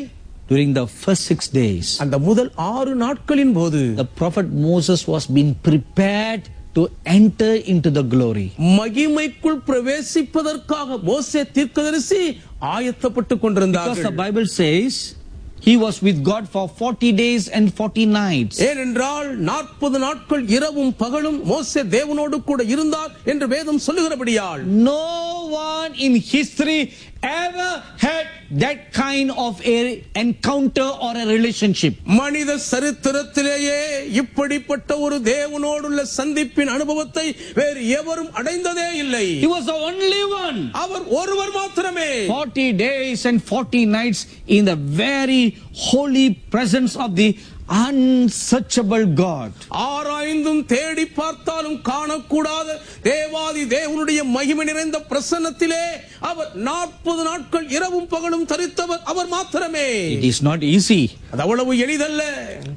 Let me give you one small example. ஒரு சின்ன உதாரணத்தை உங்களுக்கு நான் சொல்லுகிறேன். If you read 2 Chronicles chapter 5, 2 நாளாகமும் 5ஆம் அதிகாரத்தை நீங்கள் படித்தால் it says that after King Solomon had offered a huge grand sacrifice for the building of the temple, தேவாலய கட்டுமான பணி நிறைவேறின உடனே மகா பிரம்மாண்டமான கோலாகலமான மகத்தான பலிகளை எல்லாம் சாலமோன் ராஜா செலுத்தி தீர்த்த பின்பு 120 Levites choir sang and worship God's glory. 120 பேர் அடங்கிய லேவியரின் பாடகர் குழுவினர் தேவனுடைய மகிமையின் பிரதாபத்தை புகழ்ந்து பாடினார்கள். And the Bible says the glory of God came down. வேதம் சொல்லுகிறது தேவனுடைய மகிமை இறங்கி வந்தது. It was so strong that nobody could enter into the temple. தேவாலயத்துக்குள்ளே ஒருவரும் உட்பிரவேசிக்க கூட முடியாத அளவிற்கு மகிமையின் வீரியம் அதிகமாக இருந்தது. Now you just think for a moment. ஒரு கணம் இதை சிந்தித்து பாருங்களே. Just the glory came down. மகிமை இப்பொழுதுதான் இறங்கி வந்தது. And they could not enter in. அவ்வளவுதான், உள்ள போக கூட முடியவில்லை. Just people cannot enter near a glory. அந்த மகிமைக்கு அருகில் கூட மக்களால் பிரவேசிக்க நெருங்க முடியவில்லை என்றால் How much more going near before the God of the glory? மகிமையின் தேவனுக்கு முன்பாகவே அருகில் நெருங்கி செல்ல வேண்டுமானால் அது எத்தனை அதிகம். Oh, it needs great preparation. அதற்கு மகா பெரிதான அளவின் ஆயத்தம் தேவை. That is why the prophet Moses was waiting for 6 days. அதனால்தான் மோசே தீர்க்கதரிசி அவர்கள் 6 நாட்கள் அளவும் காத்திருந்தார்கள் To prepare. ஆயத்தப்படும்படி. So when the 7 spirits of God are poured out, தேவனுடைய இந்த 7 ஆவிகளும் வெளியே ஊற்றி தீர்க்கப்படும் போது, and when the 7 anointings are poured out, 7 விதமான அபிஷேகங்களும் ஊற்றப்படும் போது, it will raise up 7 groups of people, அது 7 விதமான மக்கள் கூட்டத்தை உருவாக்கி எழுப்பும். among whom are children, அதற்குள் சிறு பிள்ளைகளும் அடக்கம், youths, senior believers and ministers of God. வாலிபர்கள், முதிர்ந்த விசுவாசிகள், தேவனுடைய ஊழியக்காரர்கள். So prepare. ஆகவே ஆயத்தப்படுங்கள். Prepare yourselves. உங்களை ஆயத்தப்படுத்துங்கள். The second thing, இரண்டாவது காரியம், 7 groups of angels have been appointed for this outpouring. இந்த வித்தியாசமான விசேஷத்தை ஊற்றப்படுகிற அபிஷேகத்துக்கென்றே தேவதூதர்களின் 7 அணிகள் ஆயத்தமாக்கப்பட்டு விட்டார்கள். If you compare this with Revelation chapter 15, வெளிப்படுத்தல் 15ஆம் அதிகாரத்தோடு இதை நீங்கள் ஒப்பிட்டு பார்த்தால் verses 5 to 8, 5 முதல் 8 வரை உள்ள வசனங்கள், before the wrath of God is poured out on this earth, தேவனுடைய கோபம் இந்த பூமியின் மேல் கொட்டி தீர்க்கப்படும் முன்பு 7 special angels come from within the temple of God, தேவாலயத்துக்குள்ளிருந்தே 7 விசேஷித்த தேவதூதர்கள் வருகிறார்கள். and they are given 7 bowls, golden bowls full of the wrath of God into their hands. தேவனுடைய கோபாக்கினையினால் நிரப்பப்பட்ட 7 தங்க கலசங்கள் அவர்கள் கையில் கொடுக்கப்பட்டன. Similar to that, அதற்கு இணையாகவே 7 groups of angels have been appointed to go and pour these 7 spirits of God all over this world. கர்த்தருடைய இந்த 7 ஆவிகளின் அபிஷேகத்தையும் இந்த உலகம் முழுவதும் ஊற்றும் பொருட்டாக தேவதூதர்களின் 7 அணியினர் இப்பொழுது அனுப்பப்படுகிறார்கள். These 7 groups of angels will go into the churches and prepare them to receive the 7 spirits of God. தேவ தூதர்களின் இந்த 7 அணிகளும் தேவனுடைய திருச்சபை மக்கள் தேவனுடைய இந்த 7 ஆவியின் அபிஷேகத்தை பெற்றுக்கொள்ளும்படி அவர்களை ஆயத்தப்படுத்தும்படி புறப்பட்டு போவார்கள். They will point out the shortcomings in the churches and prepare the believers to receive this anointing. திருச்சபைகளுக்குள் இருக்கக்கூடிய குற்றம் குறைகள் தவறுகளை அவர்கள் சுட்டி காண்பித்து விசுவாச மக்கள் இந்த கர்த்தருடைய 7 ஆவிகளின் அபிஷேகத்தை பெற்றுக்கொள்ளும்படி அவர்களை ஆயத்தப்படுத்துவார்கள். And number 3, மூன்றாவதாக the Lord says, as I went to prepare a place for my people, என் ஜனங்களுக்காக நான் ஒரு ஸ்தலத்தை ஆயத்தப்படுத்தும்படி புறப்பட்டு போனது போலவே in John chapter 14, யோவான் 14ஆம் அதிகாரத்திலே verse 2 and 3 says, 2-3 வசனங்களிலே கர்த்தர் that சொல்லுகிறார், the Lord went to heaven to prepare a place for his people so that they can come and stay with him. தம்முடைய ஜனங்களும் வந்து கர்த்தரோடு கூட தங்கி வாழும்படி அவர்களுக்காக ஒரு ஸ்தலத்தை ஆயத்தப்படுத்தும்படி கர்த்தர் சென்றார். Likewise, they should prepare a place for my 7 spirits to come and dwell within them. அதை போலவே என்னுடைய 7 ஆவிகளும் வந்து அவர்களுக்குள் தங்கி வாசம் பண்ணக்கூடிய அளவுக்கு ஒரு இடத்தை அவர்கள் தங்களுக்குள் ஆயத்தம் பண்ண வேண்டும். Again, it refers to the spirit, soul and body. மறுபடியும் பார்த்தால் அது நம்முடைய ஆவி ஆத்துமா சரீரத்தை தான் குறித்து சொல்கிறார். The spirit must be cleansed and be holy. ஆவி சுத்திகரிக்கப்பட்டு பரிசுத்தமாய் காணப்பட வேண்டும். The soul must be prepared, cleansed and be holy. நம்முடைய ஆத்துமா ஆயத்தமாக்கப்பட்டு சுத்திகரிக்கப்பட்டு பரிசுத்தமாய் பாதுகாக்கப்பட வேண்டும். The body also must be prepared, holy. சரீரமும் கூட பரிசுத்தமாக ஆயத்தப்படுத்தப்பட வேண்டும். You know, receiving the baptism of the Holy Spirit is different from receiving the 7 spirits of God. பரிசுத்தாவின் அபிஷேகத்தை பெற்றுக்கொள்வது என்பது கர்த்தருடைய 7 ஆவிகளின் நிறைவையும் பெற்றுக்கொள்வதிலிருந்து முற்றிலும் வித்தியாசமானது. The Holy Spirit is showing me to elaborate this for you.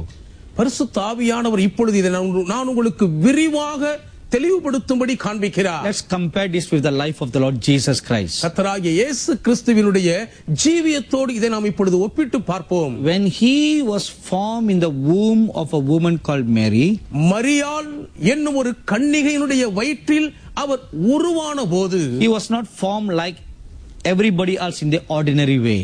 எல்லா மனிதர்களும் தாயின் கருவில் உருவாகும் சராசரி சாதாரண வழிமுறையின்படி அவர் உருவாகவில்லை. Psalms 40 says, 40ஆம் சங்கீதம் சொல்லுகிறது, you have prepared me a body.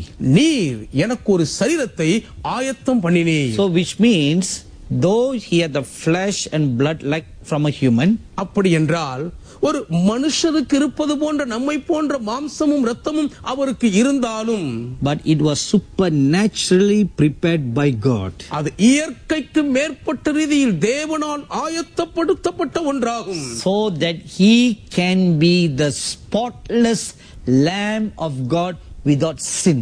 பாவமற்ற பழுதற்ற தேவனுடைய பூரண ஆட்டுக்குட்டியாய் அவர் விளங்கும்படி அப்படி ஆயிற்று. If he had the full DNA and flesh of a human, ஒரு மனிதனுடைய மாம்ச சரீரத்தின் மரபணு அவருக்குள் நிறைவாய் இருந்திருக்குமானால், then that would be tainted with sin.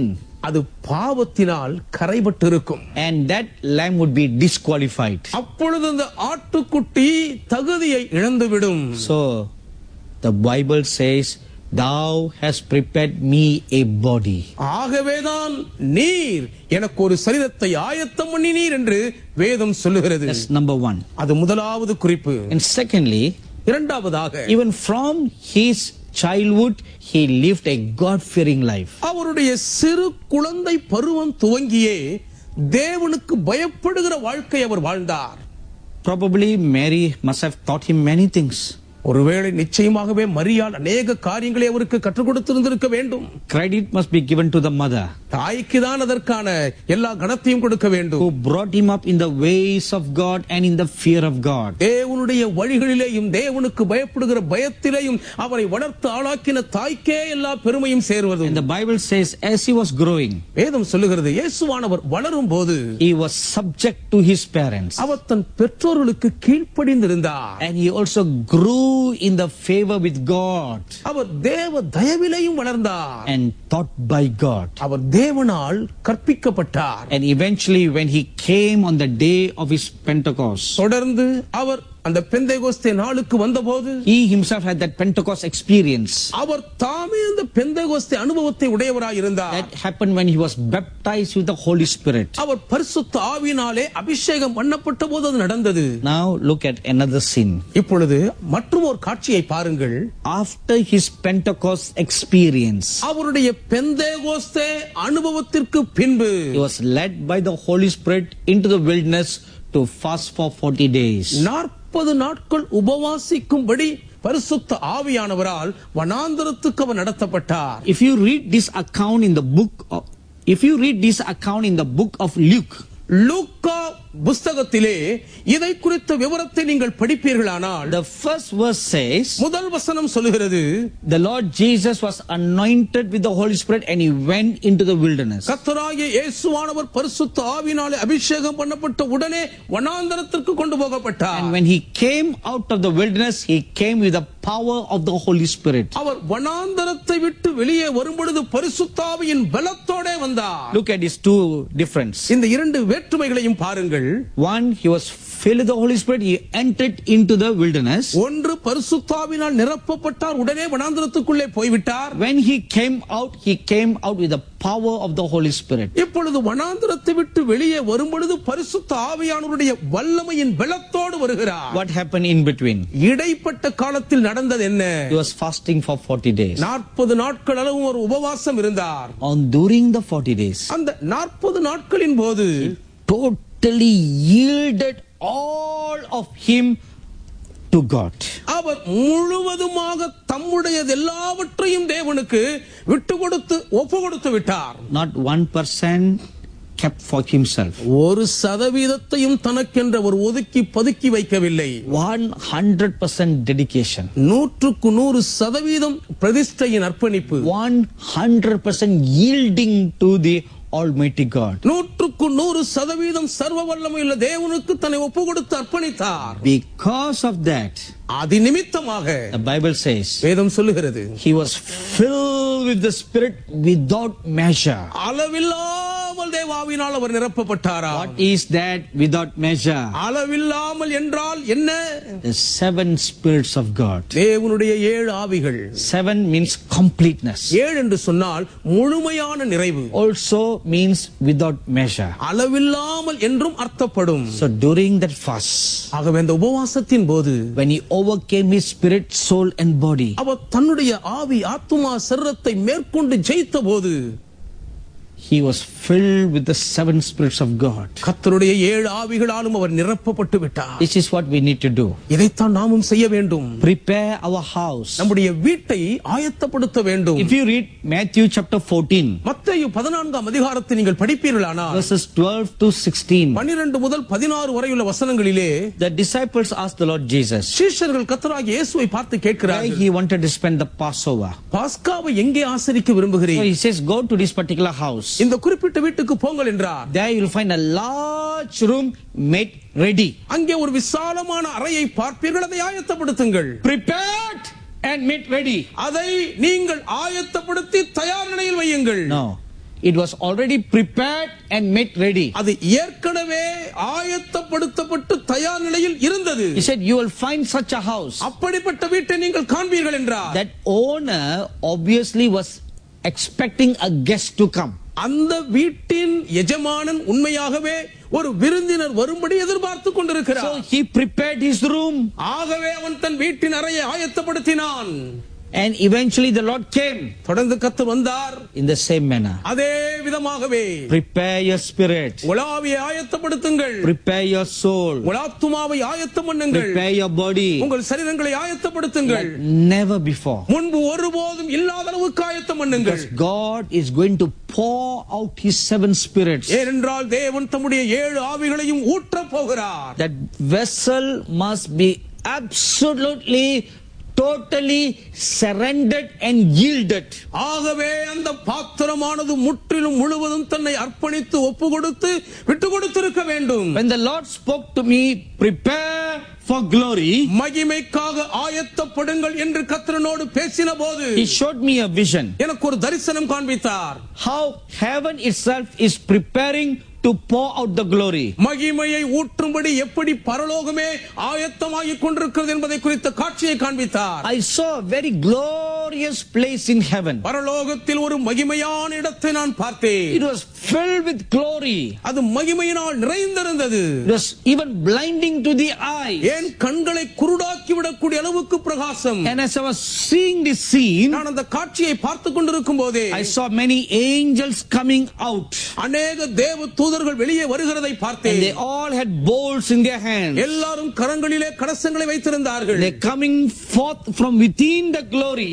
அந்த மகிமைக்குள்ளிருந்து அவர்கள் வெளியே வருகிறார்கள். Carrying the bowls in their hands and going out. தங்கள் கைகளிலே அந்த கலசத்தை ஏந்தினவர்களாய் வெளியே போய் கொண்டிருந்தார்கள். And I also saw many eagles fly from within coming out. அந்த மகிமைக்குள்ளிருந்து அநேக கழுகுகளும் வெளியே பறந்து வரும் காட்சியையும் பார்த்தேன். And they represents the prophet saints in heaven. அவர்கள் பரலோகத்தில் இருக்கிற தீர்க்கதரிசிகளாகிய பரிசுத்தவான்களுக்கு அடையாளம். And they also came out. அவர்களும் கூட வெளியே வந்தார்கள். Because the Holy Bible says ஏனென்றால் பரிசுத்த வேதம் சொல்லுகிறது. in Hebrews chapter 11 verse 40. எபிரேயர் 11ஆம் அதிகாரத்தின் 14ஆம் வசனத்திலே The Old Testament saints are not complete without us. பழைய ஏற்பாட்டு பரிசுத்தவான்கள் நம்மை அல்லாமல் பூரணமாக முடியாது. And as I was looking at this vision, இந்த தரிசனத்தை நான் பார்த்துக் கொண்டிருக்கும் போதே I heard the Holy Spirit say, பரிசுத்த ஆவியானவர் சொல்லுகிறதை கேட்டேன்.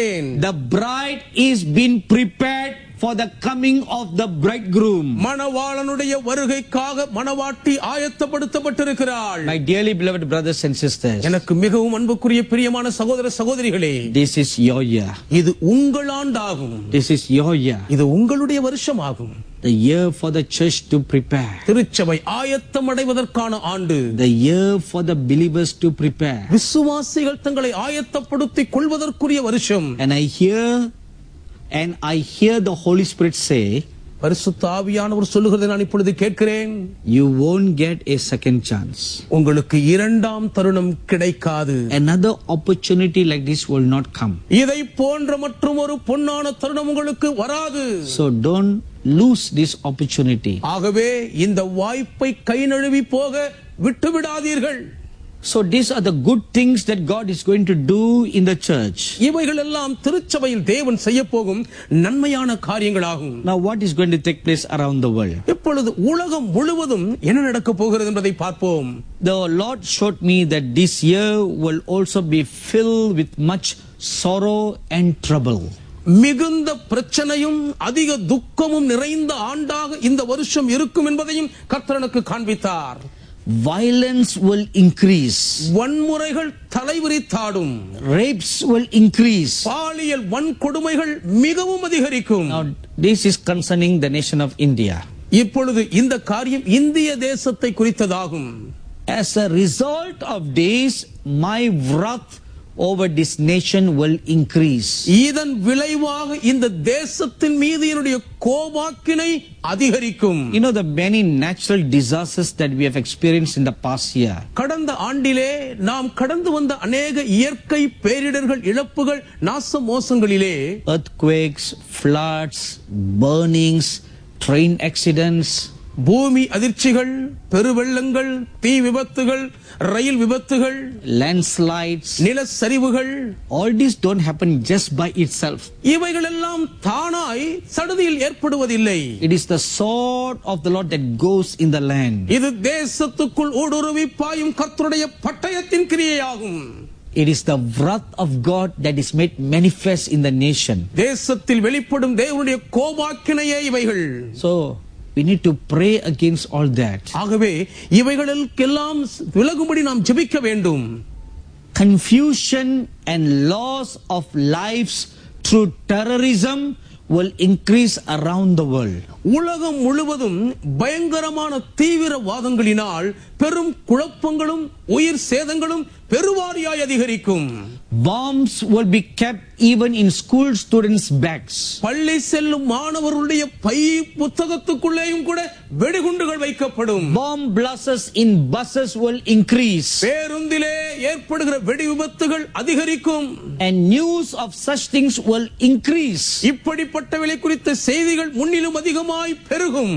Violence amongst youths will increase. வாலிபர்கள் இளைஞர்கள் நடுவில் இருக்கிற வன்முறைகள் உக்கிரத்தை எட்டும்.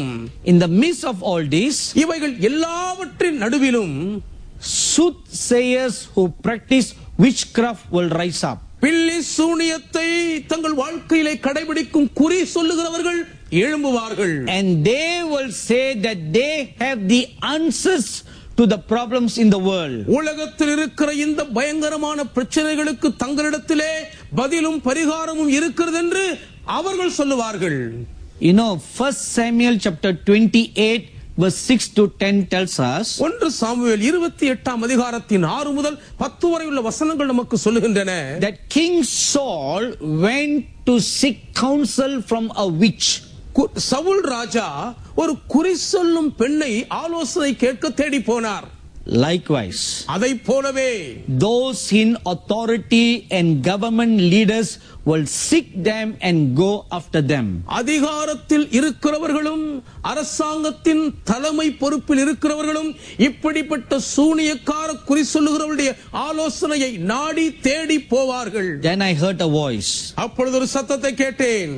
Where is the true voice of God? அப்படியானால் உண்மையான தேவனுடைய சத்தம் எங்கே இருக்கிறது? I was wondering. நான் ஆச்சரியப்பட்டேன். Prophets must arise. தீர்க்கதரிசிகள் எழும்ப வேண்டும். This is the year. இதுவே ஆண்டு 2016 for the true prophets of God to rise up. தேவனுடைய மெய்யான தீர்க்கதரிசிகள் எழும்புவதற்கான ஆண்டு 2016ஆம் ஆண்டே. So they must be prepared. ஆகவே அவர்கள் ஆயத்தமாக வேண்டுமே. Many of you may have received that anointing. உங்களிலே அநேகர் அப்படிப்பட்ட அபிஷேகத்தை பெற்றிருக்க கூடும். Maybe you have the simple gift of prophecy. ஒருவேளை தீர்க்கதரிசனம் சொல்லுகிற எளிமையான வரம் உங்களுக்கு இருக்கலாம். And you're just shying away from it. நீங்கள் அதை விட்டு அப்படியே விலகிக் கொண்டே போகிறீர்கள். If you have such gifts, அப்படிப்பட்ட வரங்கள் உங்களுக்கு இருக்குமானால், if you shy away, நீங்கள் ஒரு வழியை பார்த்தால், no, if you shy away, நீங்கள் இப்பொழுது அதை விட்டு விலகிக் கொண்டால், soothsayers will rise up. குறி சொல்லுகிறவர்கள் எழும்பி விடுவார்கள். And they will cause confusions. அவர்கள் குழப்பங்களை ஏற்படுத்துவார்கள். They will speak lies. பொய்களை ஊதுவார்கள். But if you will boldly by faith step out to speak the words that God will give you, ஆனால் நீங்கள் மாத்திரம் தேவன் உங்களுக்கு கொடுக்கக்கூடிய இந்த வரத்தின் வல்லமையான வார்த்தைகளை விசுவாசத்தோடு பேசும்படி தைரியமாய் முன் வந்து விட்டால், people in authority and government leaders, instead of going to witches, will come to you. அதிகாரத்திலும் அரசாங்கத்தில் தலைமை பொறுப்பிலும் இருக்கிறவர்கள் சூனியக்காரர்களை நாடி தேடுவதற்கு பதிலாக உங்களை தேடி வருவார்கள். They will seek the true prophetic voice of the living God. ஜீவனுள்ள தேவனுடைய மெய்யான தீர்க்கதரிசன சத்தத்தை அவர்கள் தேடுவார்கள். So step out. ஆகவே வெளியேறுங்கள். Stir up the gift that is within you. உங்களுக்குள்ளாய் இருக்கிற வரத்தை அனல் மூட்டி எழுப்பி விடுங்கள். Don't be afraid, fearing that you will make a mistake. தவறு செய்து விடுவோமோ என்று நீங்கள் பயந்து விடாதீர்கள். The Holy Spirit will lead you and guide you. பரிசுத்த ஆவியானவர் உங்களை சரியாய் வழிகாட்டி நடத்துவார். Then the word for Europe. ஐரோப்பாவுக்கான தேவனுடைய வார்த்தை. Last year we saw much happenings that centered in Europe.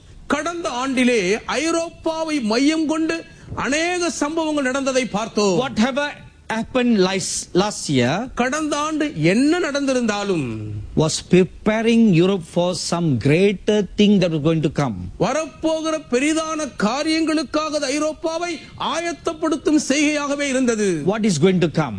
அப்படியானால் வரப்போகிறது என்ன? About 6 things. 6 காரியங்களை குறித்து. First, much disaster is going to come. முதலாவது மிகுந்த நாசமும் மோசமும் வரும். Secondly, இரண்டாவதாக a river of blood is going to flow. இரத்த ஆறு ஐரோப்பாவில் ஓடப் போகிறது. Because of the increase of terrorists in Europe. ஐரோப்பாவில் தீவிரவாதத்தினுடைய பெருக்கத்தின் நிமித்தம். This word I received on December 21st of 2015. 2015ஆம் ஆண்டு டிசம்பர் மாதம் 21ஆம் தேதி இந்த வார்த்தையை நான் கர்த்தரிடத்திலிருந்து பெற்றுக்கொண்டேன். And on December 26, 2015, there was an alert news sent out by the Austrian police that European capitals are going to face a possible attack. அதை தொடர்ந்து டிசம்பர் 26ஆம் தேதி 2015ஆம் ஆண்டில் ஆஸ்திரிய காவல்துறையினர் ஐரோப்பாவின் தலைமையகங்களை குறிவைத்து தீவிரவாதிகள் தாக்கப் போகிறார்கள் என்ற ஒரு செய்தியை பகிர் செய்தியாய் வெளியிட்டார்கள். So that has been confirmed now. ஆகவே இப்பொழுது தேவன் வெளிப்படுத்தின வார்த்தை உறுதியாக்கப்பட்டு விட்டது.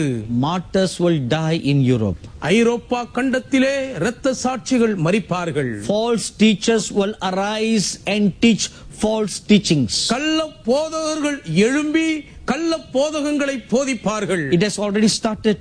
ஏற்கனவே இது ஆரம்பித்து விட்டது.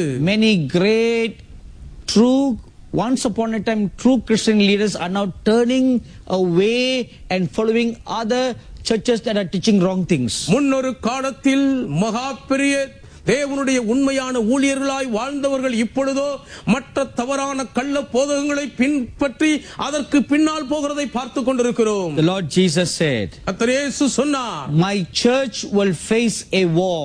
என்னுடைய சபை ஒரு யுத்தத்தை சந்திக்கும். It will face a war against righteousness and truth.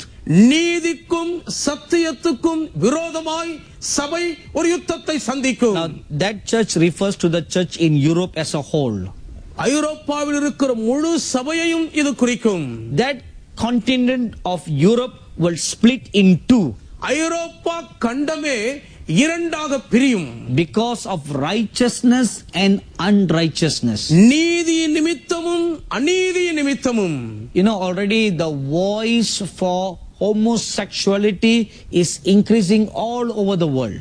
ஏற்கனவே ஓரின சேர்க்கைக்காக பரிந்துரைக்கும் குரல் உலகம் முழுவதும் உச்சஸ்தானியில் தொனித்துக் கொண்டிருப்பதை பார்க்கிறோம். Many nations are embracing a homosexual lifestyle. ஓரின சேர்க்கையின் வாழ்க்கை முறையை அநேக தேசங்கள் மனமுவந்து வரவேற்றுக் கொண்டிருக்கின்றன. And they are legalizing gay couples to get married. ஓரின சேர்க்கை தம்பதிகள் விவாகம் பண்ணுவதை சட்டப்பூர்வமாய் மாற்றிக் கொண்டிருக்கிறார்கள். So this will split the continent of Europe into two. ஆகவே இந்த செய்கை ஒட்டுமொத்த ஐரோப்பா கண்டத்தையே இரண்டாக பிரித்துவிடும். Between righteousness and unrighteousness. நீதிக்கும் அநீதிக்கும் இடையே வித்தியாசம் தோன்றும். The white throne judgment of God will be made manifest. தேவனுடைய வெள்ளை சிங்காசன நியாய தீர்ப்பு வெளிப்படும். You may think right now, இப்போதைக்கு நீங்கள் ஒருவேளை நினைக்கலாம், but I thought the white throne judgment is so way after the coming of the Lord Jesus. கர்த்தராகிய இயேசு கிறிஸ்துவின் வருகைக்கு அப்பால் அல்லவா வெள்ளை சிங்காசன நியாய தீர்ப்பு என்றுதான் நானும் நினைத்தேன். Have you read 1 Timothy 5:24? 1 தீமோத்தேயு 5:24 நீங்கள் படித்ததுண்டா? It says some people's sins go before the judgment day. சிலருடைய பாவங்கள் நியாய தீர்ப்பு நாளுக்கு முந்திக் கொள்ளும் என்று பார்க்கிறோமே. And they will be judged as if they are already standing before God on the judgment day. நியாய தீர்ப்பு நாள் என்று அவர்கள் தேவனுக்கு முன்பாக நிற்பது போல அவர்கள் நியாயம் தீர்க்கப்படுவார்கள். I will give you two examples for that. அதற்காக நான் இரண்டு உதாரணங்களை முன்வைக்கிறேன். Acts chapter 5 அப்போஸ்தலர் 5ஆம் அதிகாரம் verses 1 to 11. 1 முதல் 11 வரை உள்ள வசனங்கள். Ananias and Sapphira were judged for telling lies. அனனியாவும் சப்பீராலும் பொய் சொன்னதற்காக நியாயம் தீர்க்கப்பட்டார்கள். And they dropped dead in the church. சபை வாசலிலேயே செத்து விழுந்தார்கள். Secondly, இரண்டாவதாக Ezekiel chapter 11 எசேக்கியேல் 11ஆம் அதிகாரம் verses 1 to 13. 1 முதல் 13 வரை உள்ள வசனங்கள். This is another incident that also takes place in the temple. இதுவும் தேவாலயத்துக்குள்ளேயே நடக்கும் மற்றொரு சம்பவமாகும். There were some evil elders. அங்கே பொல்லாத மூப்பர்கள் சிலர் இருந்தார்கள். They were making plans against the righteousness of God inside the temple. அவர்கள் தேவாலயத்துக்குள்ளேயே இருந்து தேவனுடைய நீதிக்கு எதிராக தீமையாக திட்டமிட்டுக் கொண்டிருக்கிறார்கள். Evil men in the temple of God, evil people in a Christian organization. தேவாலயத்துக்குள் இருக்கிற பொல்லாத மனுஷர்கள், கிறிஸ்தவ ஸ்தாபனத்துக்குள் இருக்கிற பொல்லாத துன்மார்க்கர்கள். And they are plotting evil. அவர்கள் பொல்லாத தீமையை சதித்திட்டம் பண்ணி கொண்டிருக்கிறார்கள். And they will devise instruments of unrighteousness. அநீதியின் ஆயுதங்களை அவர்கள் இப்பொழுது சற்பனையாய் சதி செய்து உருவாக்கி கொண்டிருக்கிறார்கள். They are thinking nobody is watching them. யாரும் தங்களை பார்க்கவில்லை என்று நினைத்துக் கொண்டிருக்கிறார்கள். But the Bible says, ஆனால் வேதம் சொல்லுகிறது, the eyes of God runs to and fro throughout all the earth. கர்த்தருடைய கண்கள் பூமி எங்கும் உலாவிக் கொண்டிருக்கிறது. Why have we forgotten that? நாம் ஏன் அதை மறந்து விட்டோமோ? Why have we forgotten that God is everywhere? தேவன் எவ்விடங்களிலும் இருக்கிற சர்வ வியாபி என்பதை ஏன் நாம் மறந்தோம்? How sad. எவ்வளவு துக்கம். And the Bible says, வேதம் சொல்லுகிறது, the prophet Ezekiel was taken in the spirit into the temple. எசேக்கியேல் தீர்க்கதரிசி ஆவியிலே அந்த தேவாலயத்துக்குள் கொண்டு போகப்பட்டார். And he saw the evil men plotting and devising evil things. பொல்லாத மனுஷர் அங்கே தீமையான காரியங்களை சற்பனையாய் சதித்திட்டம் தீட்டுகிற காட்சி அவர் கண்கூடாய் பார்த்தார். Chief among them was a man called Pelatiah. அவர்களுக்குள் தலைமையாய் இருந்தவன் பலத்தியேல் என்கிற ஒரு மனுஷன். And the Lord told Ezekiel, கர்த்தர் எசேக்கியேலிடம் சொன்னார், now you prophesy against Pelatiah. பலத்தியேலுக்கு விரோதமாய் இப்பொழுது நீ தீர்க்கதரிசனம் உரை. The prophet Ezekiel was not there in person. எசேக்கியேல் தீர்க்கதரிசி நேரடியாக சரீர பிரகாரமாய் அங்கே இருக்கவில்லை. He was standing there in the spirit. ஆவியிலே போய் எசேக்கியேல் அங்கே நிற்கிறார். But the Bible says, ஆனால் வேதம் சொல்லுகிறது, when he prophesied, எசேக்கியேல் தீர்க்கதரிசனம் உரைத்த உடனே Pelatiah in the flesh dropped dead. அங்கே சரீர பிரகாரமாய் உயிரோடு இருந்த பலாத்தியேல் செத்து விழுந்தான். God is going to weed out such false people from the church. திருச்சபைகளுக்குள் இருக்கிற அப்படிப்பட்ட கள்ளத்தனமான மனிதர்களை தேவன் களைவிடுங்க போகிறார். They all appeared good, but they were evil workers of unrighteousness hidden inside. பார்ப்பதற்கு எல்லாரும் நல்லவர்களைப் போல் தான் இருக்கிறார்கள், ஆனால் உள்ளத்தின் ஆழத்திற்குள்ளே அநீதி நிறைந்த பொல்லாத துன்மார்க்கர்கள். That's what Pelatiah did. அதைத்தான் பலத்தியேலும் செய்தார். He formed a group for himself. தனக்கென்று ஒரு கூட்டத்தை ஏற்படுத்திக் கொண்டான். And he began to gossip, murmur. முறுமுறுக்கவும் அவதூறாய் வம்பு பேசவும் ஆரம்பித்தான். When he throw a stone into a water, ஒரு தண்ணீருக்குள் நீங்கள் ஒரு கல்லை எறிந்தால் ripples will flow out everywhere. அதிலிருந்து நீர் வட்டங்கள் எவ்விடமும் பரவி செல்லும். So people like Pelatiah பலத்தியேலை போன்றவர்கள் will throw a stone, ஒரு கல்லை போடுவார்கள், and the ripple effect will affect others. உடனடியாக அதன் மூலம் எழும்புகிற நீர்க்குமிழி நீர்வட்டங்கள் மற்றவர்களையும் பாதிக்கும். And as such, discontent will spread. அப்படித்தான் அதிருப்தியும் பரவி பாயும். And disunity will result.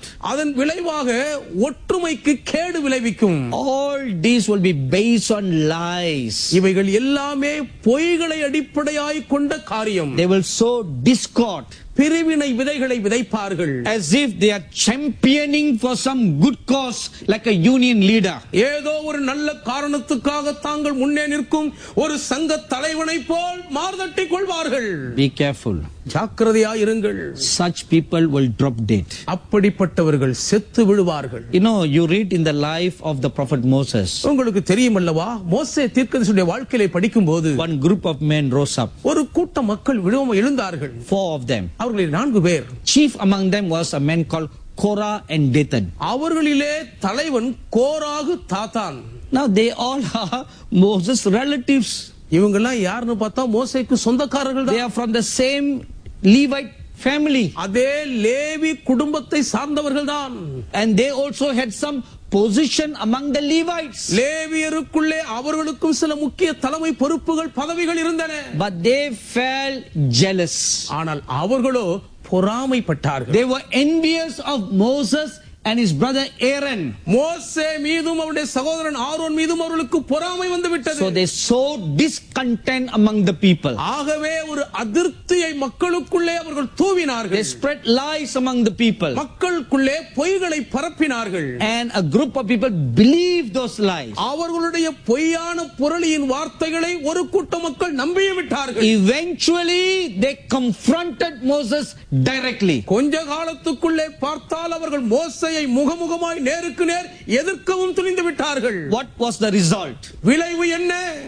Moses met them face to face. மோசேயும் அவர்களை முகமுகமாய் எதிர்கொண்டார். He did not say anything against all those false accusations. அவர்கள் வைத்த எல்லா பொய் குற்றச்சாட்டுகளுக்கு விரோதமாய் மோசே ஒரு வார்த்தை கூட பேசவில்லை. He just said one word. ஒரே வார்த்தை தான் சொன்னார். If I am the true man of God, நான் உண்மையான தேவனுடைய மனுஷனானால், if God had truly sent me, உண்மையாகவே தேவன் என்னை அனுப்பினது நிஜமானால், God will vindicate me right now. இப்பொழுதே தேவன் எனக்கு நீதி செய்வார். If you men die as ordinary men, சாதாரண மனிதர்கள் சாகிறது போல் நீங்கள் செத்தால், then God has not sent me. அப்பொழுது தேவன் என்னை அனுப்பவில்லை என்பது உறுதியாகிவிடும். But if you die in an unnatural manner, வழக்கத்திற்கு மாறாக முற்றிலும் முரண்பட்ட விதத்தில் நீங்கள் செத்தால், that the earth splits up and swallows you, பூமி இரண்டாய் பிளந்து உங்களை உயிரோடு விழுங்கி விடுமானால், then the Almighty God has vindicated me. அப்பொழுது சர்வ வல்லமையுள்ள தேவன் எனக்கு நீதி செய்தார் என்பது விளங்கும். At that moment,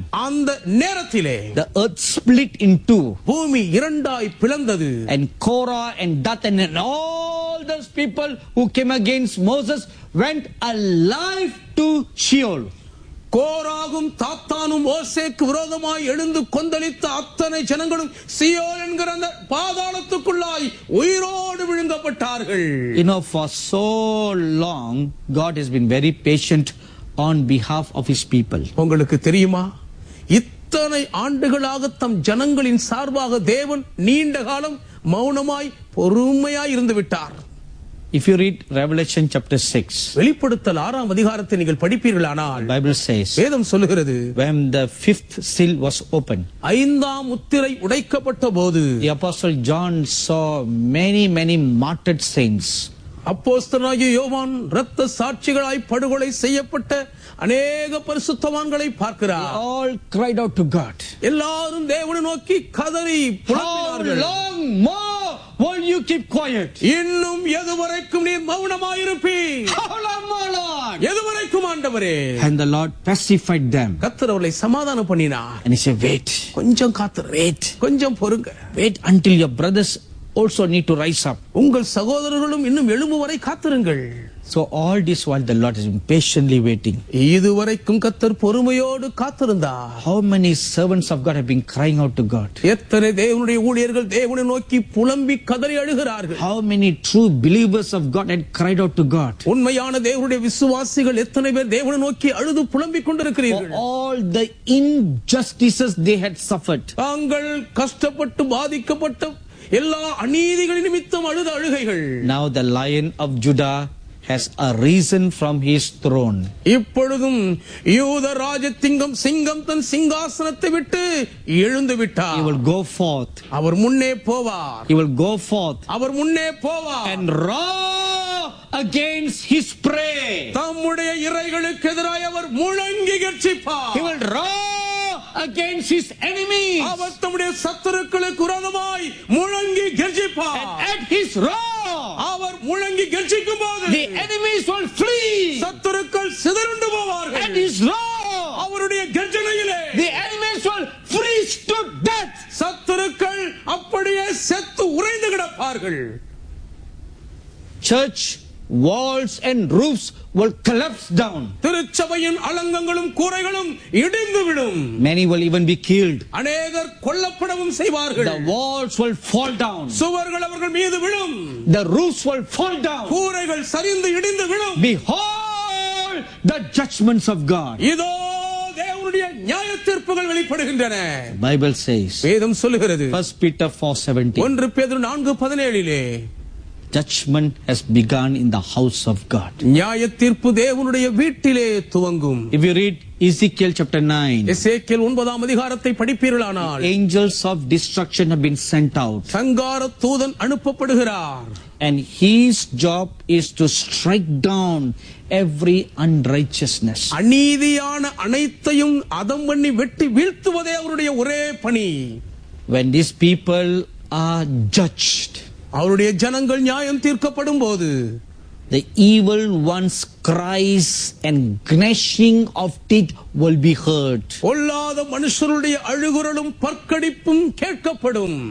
My dearly beloved brothers and sisters, எனக்கு மிகவும் பிரியமான அன்புக்குரிய சகோதர சகோதரிகளே, church leaders, திருச்சபை தலைவர்களே, humble yourselves. உங்களையே தாழ்த்துங்கள். Wash your hands clean by the blood of the lamb. ஆட்டுக்குட்டியானவரின் திரு இரத்தத்தினால் பாவங்களற உங்கள் கைகளை சுத்தமாய் கழுவிக் கொள்ளுங்கள். Put your house in order. உங்கள் வீட்டு காரியத்தை சீர்படுத்தி ஒழுங்குபடுத்துங்கள். Guard your lips, உங்கள் உதடுகளை காத்துக் கொள்ளுங்கள். that you don't speak falsehood.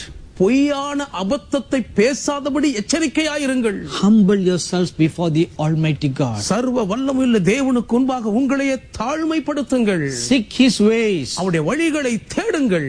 and repent from all your wicked ways. உங்கள் எல்லா விதமான பொல்லாத வழிகளையும் விட்டு மனம் திரும்புங்கள். Finally, இறுதியாக the Lord said, the nations in Southeast Asia தெற்கு கிழக்காசியாவில் இருக்கிற நாடுகள் will experience a revival. ஒரு எழுப்புதலை அனுபவத்தாய் பெற்றுக்கொள்ளும் என்று கர்த்தர் சொன்னார். New ministries and new ministers will arise and shine in that region.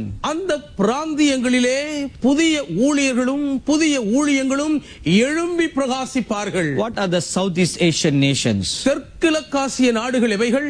They include nations like Thailand, அதற்குள்ளே Thailand, Philippines, Philippines, Brunei, புருனை, Burma, Burma, Vietnam, Laos, Laos, Cambodia, Malaysia, Singapore, and Indonesia. Indonesia நாடுகளும் உள்ளடக்கம். All these nations are in the Southeast Asia. இந்த தேசங்கள் எல்லாம் தென்கிழக்காசிய நாடுகளில் இருக்கின்றன. So they are going to experience a revival.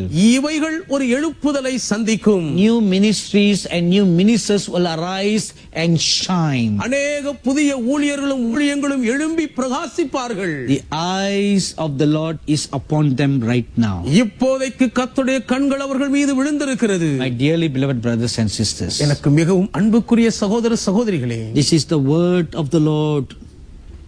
இதுவே கர்த்தருடைய வார்த்தையாகும். How are we going to respond now?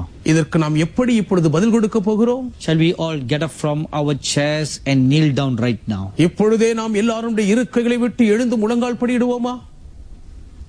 Analyze your heart right now. இப்பொழுதே உங்கள் இருதயத்தை நன்றாய் ஆராய்ந்து பாருங்கள். Don't say that I am a young girl. நான் ஒரு வாலிப பெண்தானே என்று சொல்லாதீர்கள். I just started my ministry. இப்பொழுதுதானே என் ஊழியத்தை ஆரம்பித்திருக்கிறேன். Will I also be judged? நானும் கூட நியாயத்தீர்க்கப்படுவேனோ? What does your heart tells you? உங்கள் இருதயம் உங்களுக்கு என்ன சொல்லுகிறது? The Bible says, வேதம் சொல்லுகிறது, God does not condemn us, தேவன் நம்மை ஆக்கினைக்குள் தீர்ப்பதில்லை, but our heart condemns us. ஆனால் நம்முடைய இருதயமே நம்மை ஆக்கினைக்குள் தீர்க்கிறது. What does your heart say? உங்கள் இருதயம் என்ன சொல்லுகிறது? Check your heart now. உங்கள் இருதயத்தை இப்பொழுது சோதித்து பாருங்கள். Analyze your heart. உங்கள் இருதயத்தை ஆராய்ந்து பாருங்கள். Today is the day of salvation. இன்றே இரட்சணிய நாள். If you will purpose in your heart to put your ways right before God, தேவனுக்கு முன்பாக உங்கள் வழிகளை சரிபடுத்த இன்று நீங்கள் உங்கள் இருதயத்தில் தீர்மானிப்பீர்களானால், surely He will do a great thing for you. நிச்சயமாகவே உங்களுக்காக கர்த்தர் ஒரு பெரும் காரியத்தை செய்வார். Surely He will cause His Sun of righteousness to arise upon you. மெய்யாகவே தம்முடைய நீதியின் சூரியன் உங்கள் மீது உதிக்கும்படி அவர் தயை செய்வார். Do one thing now. இப்பொழுதும் ஒரு காரியத்தை செய்யுங்கள். We are going to finish and close this service. இந்த ஆராதனையை இப்பொழுது முடித்து நிறைவு செய்ய போகிறோம். Though we close this service, இந்த ஆராதனையை நாங்கள் நிறைவு செய்தாலும் your personal service is not over yet. உங்கள் தனிப்பட்ட ஆராதனை இன்னும் முடிந்து விடவில்லை. Usually we pray for you to get your blessings. பொதுவாகவே நீங்கள் உங்கள் ஆசீர்வாதங்களை பெற்றுக்கொள்ளும்படி உங்களுக்காக நாங்கள் ஜெபித்து முடிப்பதுதான் வழக்கம். But I perceive in my spirit now, ஆனால் இப்பொழுது நான் என் ஆவியிலே உணர்கிறேன், God wants to talk with you personally. தனிப்பட்ட விதத்தில் இந்த தேவன் உங்களோடு கூட பேச விரும்புகிறார். Holy Spirit wants to show you personally where you are going wrong. எங்கே நீங்கள் தவறாய் போய்க் கொண்டிருக்கிறீர்கள் என்பதை குறித்து பரிசுத்த ஆவியானவர் தனிப்பட்ட விதத்தில் உங்களுக்கு காண்பிக்க விரும்புகிறார். He is calling you to come apart with him. அவரோடு கூட நீங்கள் தனித்து வரும்படி உங்களை அவர் அழைக்கிறார். So when we close this service, ஆகவே இந்த ஆராதனை இப்பொழுது நாங்கள் முடிக்கும் போது perhaps you have not taken your dinner yet. ஒருவேளை இன்னும் நீங்கள் உங்கள் இரவு உணவை சாப்பிடாமல் இருக்கிறீர்கள், Please go and eat. போய் சாப்பிடுங்க தயவு செய்து. Or you feel that you want to continue, go and continue. இல்லாவிட்டால் தொடர்ந்து போக வேண்டும் நினைத்தால் தொடருங்கள். But get into a quiet place. ஆனால் ஒரு அமைதியான இடத்துக்கு போங்கள். Don't let this night pass by without you seeking God with all your heart. உங்கள் முழு இருதயத்தோடும் நீங்கள் தேவனை தேடாமல் இந்த இரவு உங்களை விட்டு கடக்க விட்டு கொடுத்து விடாதீர்கள். The Holy One of Israel will come to you. இஸ்ரவேலின் பரிசுத்தர் உங்களிடத்தில் வருவார். And he will talk with you. உங்களோடு கூட அவர் பேசி உறவாடுவார். Surely he will lift you up with wings like eagle. மெய்யாகவே கழுகுகளை போன்ற செட்டைகளை உங்களுக்கு கொடுத்தவர் உயர்த்துவார். Thank you, wonderful Lord Jesus. அற்புதமான ஆண்டவர் இயேசுவே உமக்கு நன்றி சொல்கிறோம். I see a mighty eagle right now before my eyes. ஒரு வலிமை வாய்ந்த வல்ல பெரும் கழுகை இப்பொழுது நான் என் கண்களுக்கு முன்பாக பார்க்கிறேன். The Lord himself is also an eagle. கர்த்தர் தாமே ஒரு கழுகுதான். Prophetic saints are all eagles. பெரிய தீர்க்கதரிசிகள் பரிசுத்தவான்கள் அனைவரும் கழுகுகளே. Thank you, mighty God. வல்ல தேவனே உமக்கு நன்றி அப்பா. Again I hear the Spirit of God saying, மறுபடியும் கர்த்தருடைய ஆவியானவர் சொல்லுகிறதை கேட்கிறேன். I want to talk with them. நான் இவர்களோடு பேச விரும்புகிறேன். Ask them to get alone. அவர்கள் என்னோடு கூட தனித்து வரும்படி சொல். Let me talk with them. நான் அவர்களோடு பேசட்டும். Thank you, wonderful God. நன்றி அற்புத தேவனே. Oh, I see a nest being made in your home. உங்கள் வீட்டிலேயே ஒரு கூடு கட்டப்படுகிறதை நான் பார்க்கிறேன். And this eagle will come and brood in that nest. இந்த கழுகு வந்து அந்த கூட்டிலே அசைவாடும். It is for the eagle to come and habitate in that nest. கழுகுகள் வந்து அந்த கூட்டிலே தங்கி குடியிருப்பதற்காக உள்ளது. And you know, when this eagle comes, இந்த கழுகுகள் வரும்போது உங்களுக்கு தெரியுமா, they come to teach the young to feed. இளம் குஞ்சுகள் சாப்பிடுவதற்கு அவைகள் கற்றுக் கொடுக்க வருகிறது. And to fly. சிறகடித்து பறக்க கற்றுக் கொடுக்க வரும். So God is sending his saints to do that for you. ஆகவே தம்முடைய பரிசுத்தவான்கள் வந்து உங்களுக்காக இதை செய்து முடிக்கும்படி கர்த்தர் அவர்களை அனுப்புகிறார். So prepare your homes. ஆகவே உங்கள் வீடுகளை தயார் நிலையில் ஆயத்தப்படுத்துங்கள். Prepare your hearts. உங்கள் இருதயங்களை ஆயத்தப்படுத்துங்கள். And I also see a very large Bible. ஒரு பெரிய நீண்ட வேதாக புத்தகத்தையும் நான் பார்க்கிறேன். It is so huge that it occupies your entire house. உங்கள் முழு வீட்டையே அடைக்கக்கூடிய அளவுக்கு அது அவ்வளவு பிரம்மாண்டமான பெரியது. And it shines very brightly. மிகவும் பிரகாசமாய் அது ஜொலிக்கிறது. And I see these eyes of the eagle looking keenly at those highlighted glory-filled words. கழுகின் கண்கள் ஒளியூட்டப்பட்ட அந்த மகிமை நிறைந்த வார்த்தைகளை மிகவும் கவனமாய் உற்று நோக்கி பார்ப்பதை கவனிக்கிறேன். He is seeing what needs to be taught to you. எவைகள் உங்களுக்கு கற்றுக் கொடுக்கப்பட வேண்டுமோ அதை அந்த கழுகின் கண்கள் பார்க்கின்றன. Thank you, wonderful God. அற்புத தேவனே உமக்கு நன்றி அப்பா. Come out. The Holy Spirit calls you. பரிசுத்த ஆவியானவர் வெளியே வரும்படி உங்களை அழைக்கிறார். Come out of all that defiles. உங்களை தீட்டுப்படுத்துகிற எல்லா கிரியைகளிலும் இருந்து மீண்டு வெளியே வாருங்கள். Put away those weights that are pulling you down. உங்களை கீழே இழுத்துக் கொண்டிருக்கிற எல்லா பாரங்களையும் உங்களை விட்டு கழற்றி எறியுங்கள்.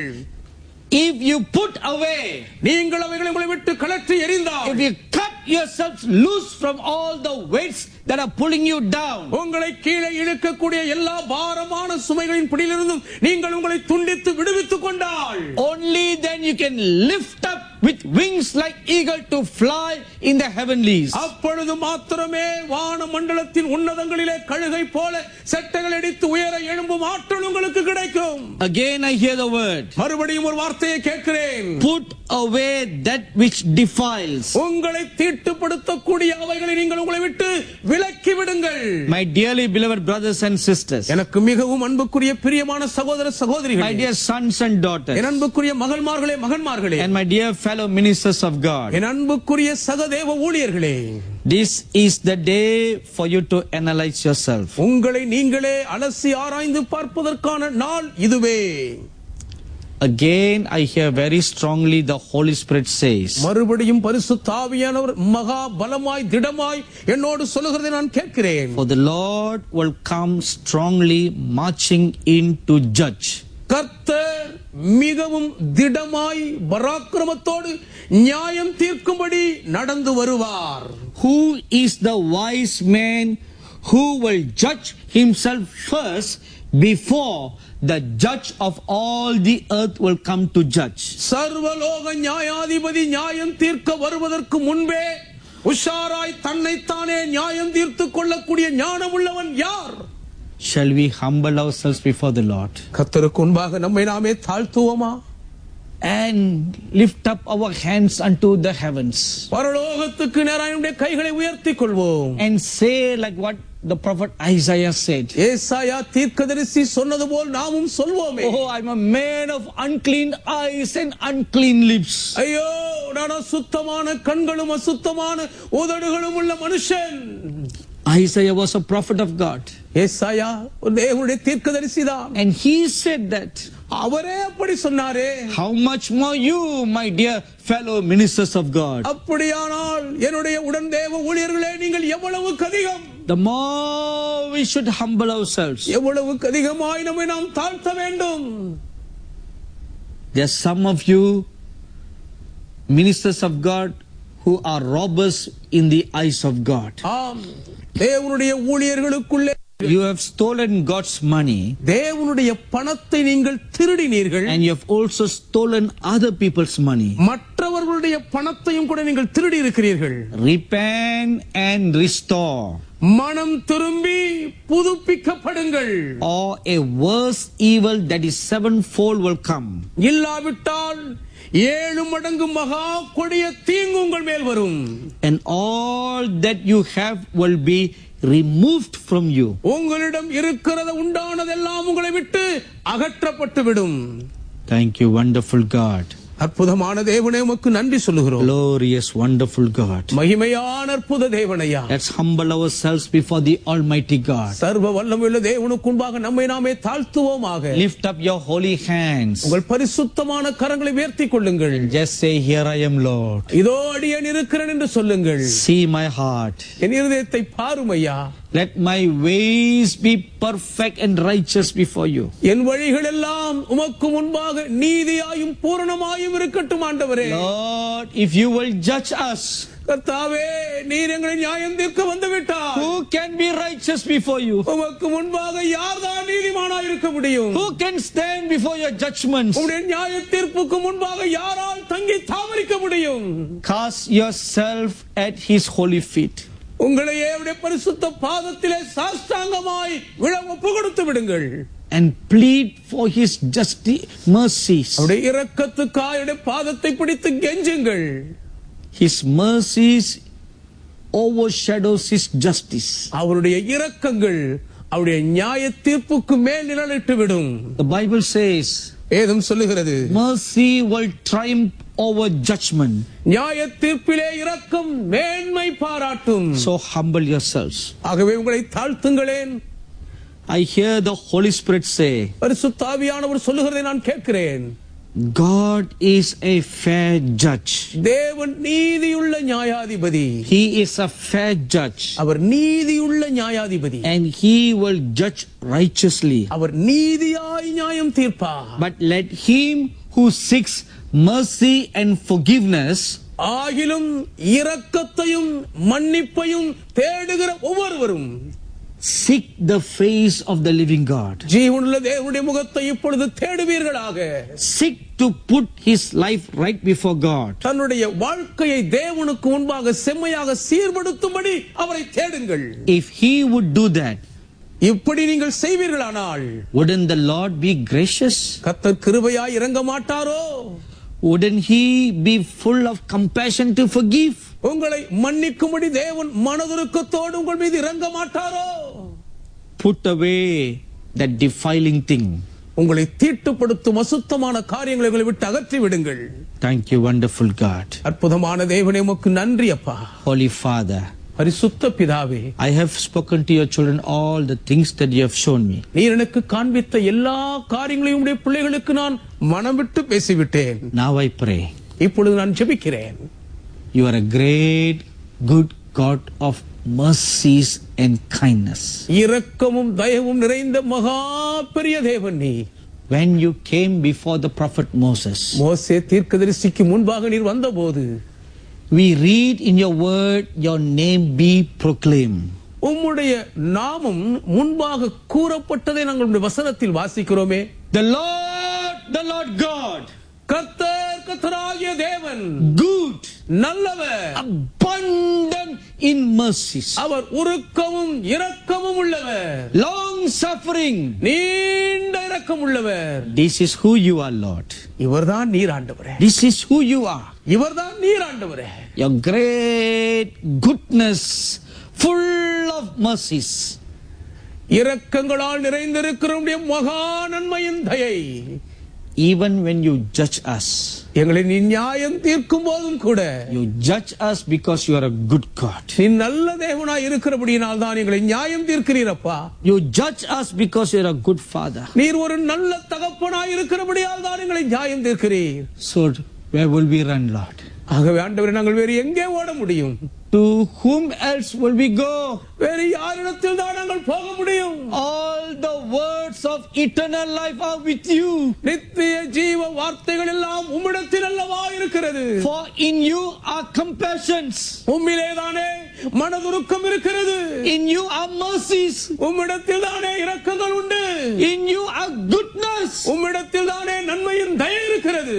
To whom shall we go, Lord? வேறு யாரிடத்தில் நாங்கள் போவோம் ஆண்டவரே? We cast ourselves at your holy feet. எங்களையே உம்முடைய பரிசுத்த பாதத்தில் வீழ படைத்து விடுகிறோம். As King David says, தாவீது ராஜா சொன்னது போலவே, better to fall into the hands of God than into the hands of men. மனுஷர்களுடைய கையில் விழுவதை பார்க்கிலும் தேவனுடைய கையில் விழுவதே மேல். So we cast ourselves at your holy feet. ஆகவே உம்முடைய பரிசுத்த பாதங்களுக்குள் எங்களை நாங்கள் வீழ்த்தி விட விரும்புகிறோம். Have thine own way, Lord. Have thine own way. Thou art the potter, I am the clay. Mold me and make me after thy way.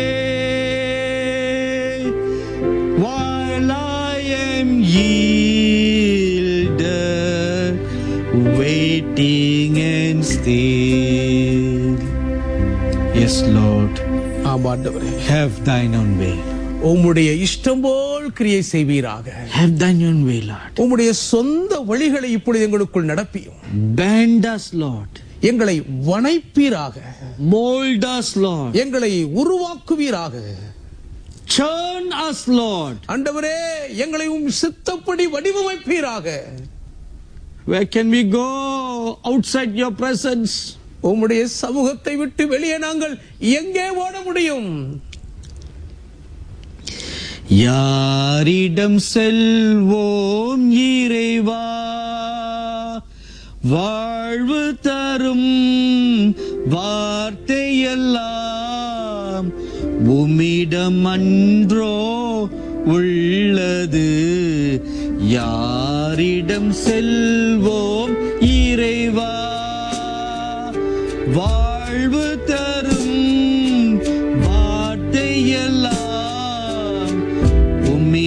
மல்லோ உள்ளது, யாரிடம் செல்வோம் இறைவா?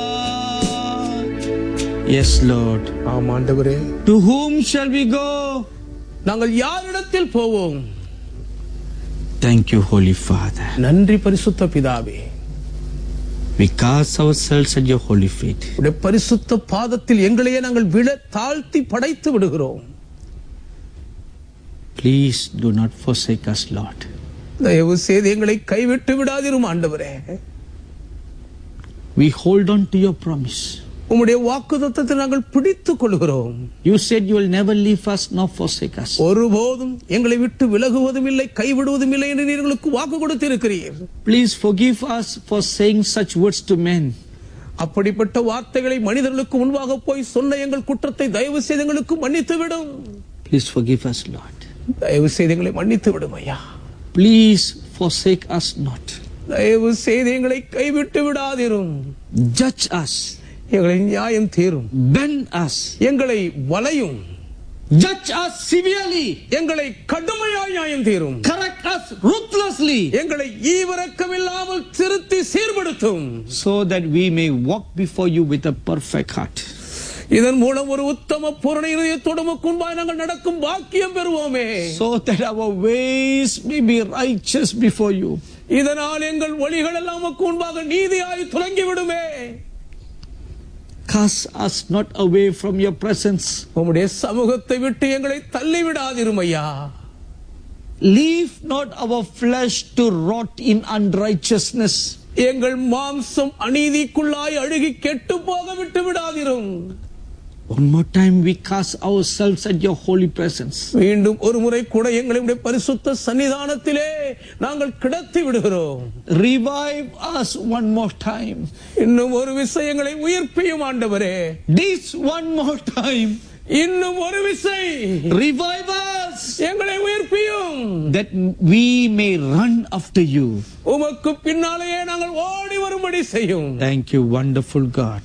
அற்புத தேவனே, உமக்கு நன்றி அப்பா. We believe with all our hearts by faith that you will do your good pleasures for us. எங்களை குறித்த உம்முடைய நன்மையான பிரியத்தின்படியே நீர் எங்களுக்கு செய்வீர் என்று எங்கள் முழு இருதயத்தோடு நாங்கள் நம்பி விசுவாசிக்கிறோம். I lift up my hands unto you right now. இப்போது என் கரங்களை உமக்கு நேராக நான் உயர்த்துகிறேன். And I pray. நான் ஜெபிக்கிறேன். Let showers of rains like blessings fall upon everyone in their homes. இப்பொழுதும் தங்கள் வீடுகளில் இருக்கிற ஒவ்வொருவர் மீதும் உம்முடைய ஆசீர்வாதமான பெருமழை சொரிவதாக. Let them literally experience rains falling upon them, cleansing them. எழுத்தின்படியே இப்பொழுது அவர்களை சுத்திகரிக்கும்படி ஒரு பெருமழை அவர்கள் மீது விழுகிறதை அவர்கள் அனுபவிப்பார்களாக. Let them experience a cleansing going all over them. அவர்கள் முழுமையின் ஊடாக ஒரு சுத்திகரிப்பு இப்பொழுது நடைபெறுகிறதை இவர்கள் உணர்வார்களாக. Let them experience the wind of grace blowing over them. கிருபையின் பெருங்காற்று இவர்கள் மேல் வீசுகிறதை இவர்கள் அனுபவிப்பார்களாக. Let them experience your presence walking, brushing by them. இவர்களை ஒட்டி உரசி உறவாடி இவர்களோடு சஞ்சரிக்கிற பிரசன்னத்தின் வல்லமையை இவர்கள் அனுபவிப்பார்களாக. Right now. இப்பொழுதே. Right now. இப்பொழுதே. Bless them with a tangible blessing, Lord. தொடக்கூடிய உணரக்கூடிய ஆசீர்வாதங்களால் இவர்களை ஆசீர்வதியும் ஆண்டவரே. Right now, Lord. இப்பொழுதே ஆண்டவரே. Thank you, wonderful God. அற்புத தேவனே, உமக்கு நன்றி. Oh, you are a good God. நீ நல்ல தேவனப்பா. Come on, everybody, lift up your holy hand எல்லாரும் உங்கள் பரிசுத்த கரங்களை உயர்த்திக் கொள்ளுங்கள். and bless the name of the living God. ஜீவனுள்ள தேவனுடைய திருநாமத்தை வாழ்த்தி போற்றுங்கள். He is a good God. அவர் நல்ல தேவனாய் Come on, இருக்கிறார். open your mouth and give thanks to God. உங்கள் வாயை திறந்து மனதார தேவனுக்கு நன்றி செலுத்துங்கள். He is a good God. இவர் நல்ல தேவனாய் இருக்கிறார். Oh, 1,000 tongues are not enough to praise him. இவருடைய துதி பாடி புகழ 1000 நாவுகள் இருந்தாலும் போதாதே. Give thanks to the Lord, he is good. Give thanks to the Lord, he is good. Give thanks to the Lord, he is good. His mercy mercies endures forever. Give thanks, give thanks, give thanks, give thanks, give thanks to the Lord. He is good. Give thanks, give thanks, give thanks, give thanks, give thanks to the Lord. He is good. Hallelujah. Hallelujah. I pray our goodness and mercies of the living God will watch over you all throughout this year. ஜீவனுள்ள தேவனுடைய நன்மையும் தயையும் இந்த ஆண்டு முழுவதும் உங்களை பத்திரமாய் கவனித்து கண்காணிக்கும்படி நான் வேண்டுகிறேன். And I pray God will be glorified in you all throughout 2016. இந்த 2016 ஆண்டு முழுவதும் உங்களிலே தேவன் மகிமைப்படுவாராக என்று ஜெபிக்கிறேன். Now let me bless you. இப்பொழுதும் கர்த்தர் உங்களை ஆசீர்வதிப்பாராக. The Lord bless you and keep you. கர்த்தர் உங்களை ஆசீர்வதித்து உங்களை காக்க கடவர். The Lord make his face shine upon you and be gracious unto you. கர்த்தர் தம்முடைய முகத்தை உங்கள் மேல் பிரகாசிக்க பண்ணி உங்களுக்கு கிருபையாய் இருக்க கடவர். The Lord lift up his countenance upon you and go before you. கர்த்தர் தம்முடைய முகத்தை உங்கள் மேல் பிரசன்னமாக்கி உங்களுக்கு முன்னே போக கடவர். Amen and amen. Amen. Amen. God bless you all. கர்த்தர் உங்கள் அனைவரையும் ஆசீர்வதிப்பாராக.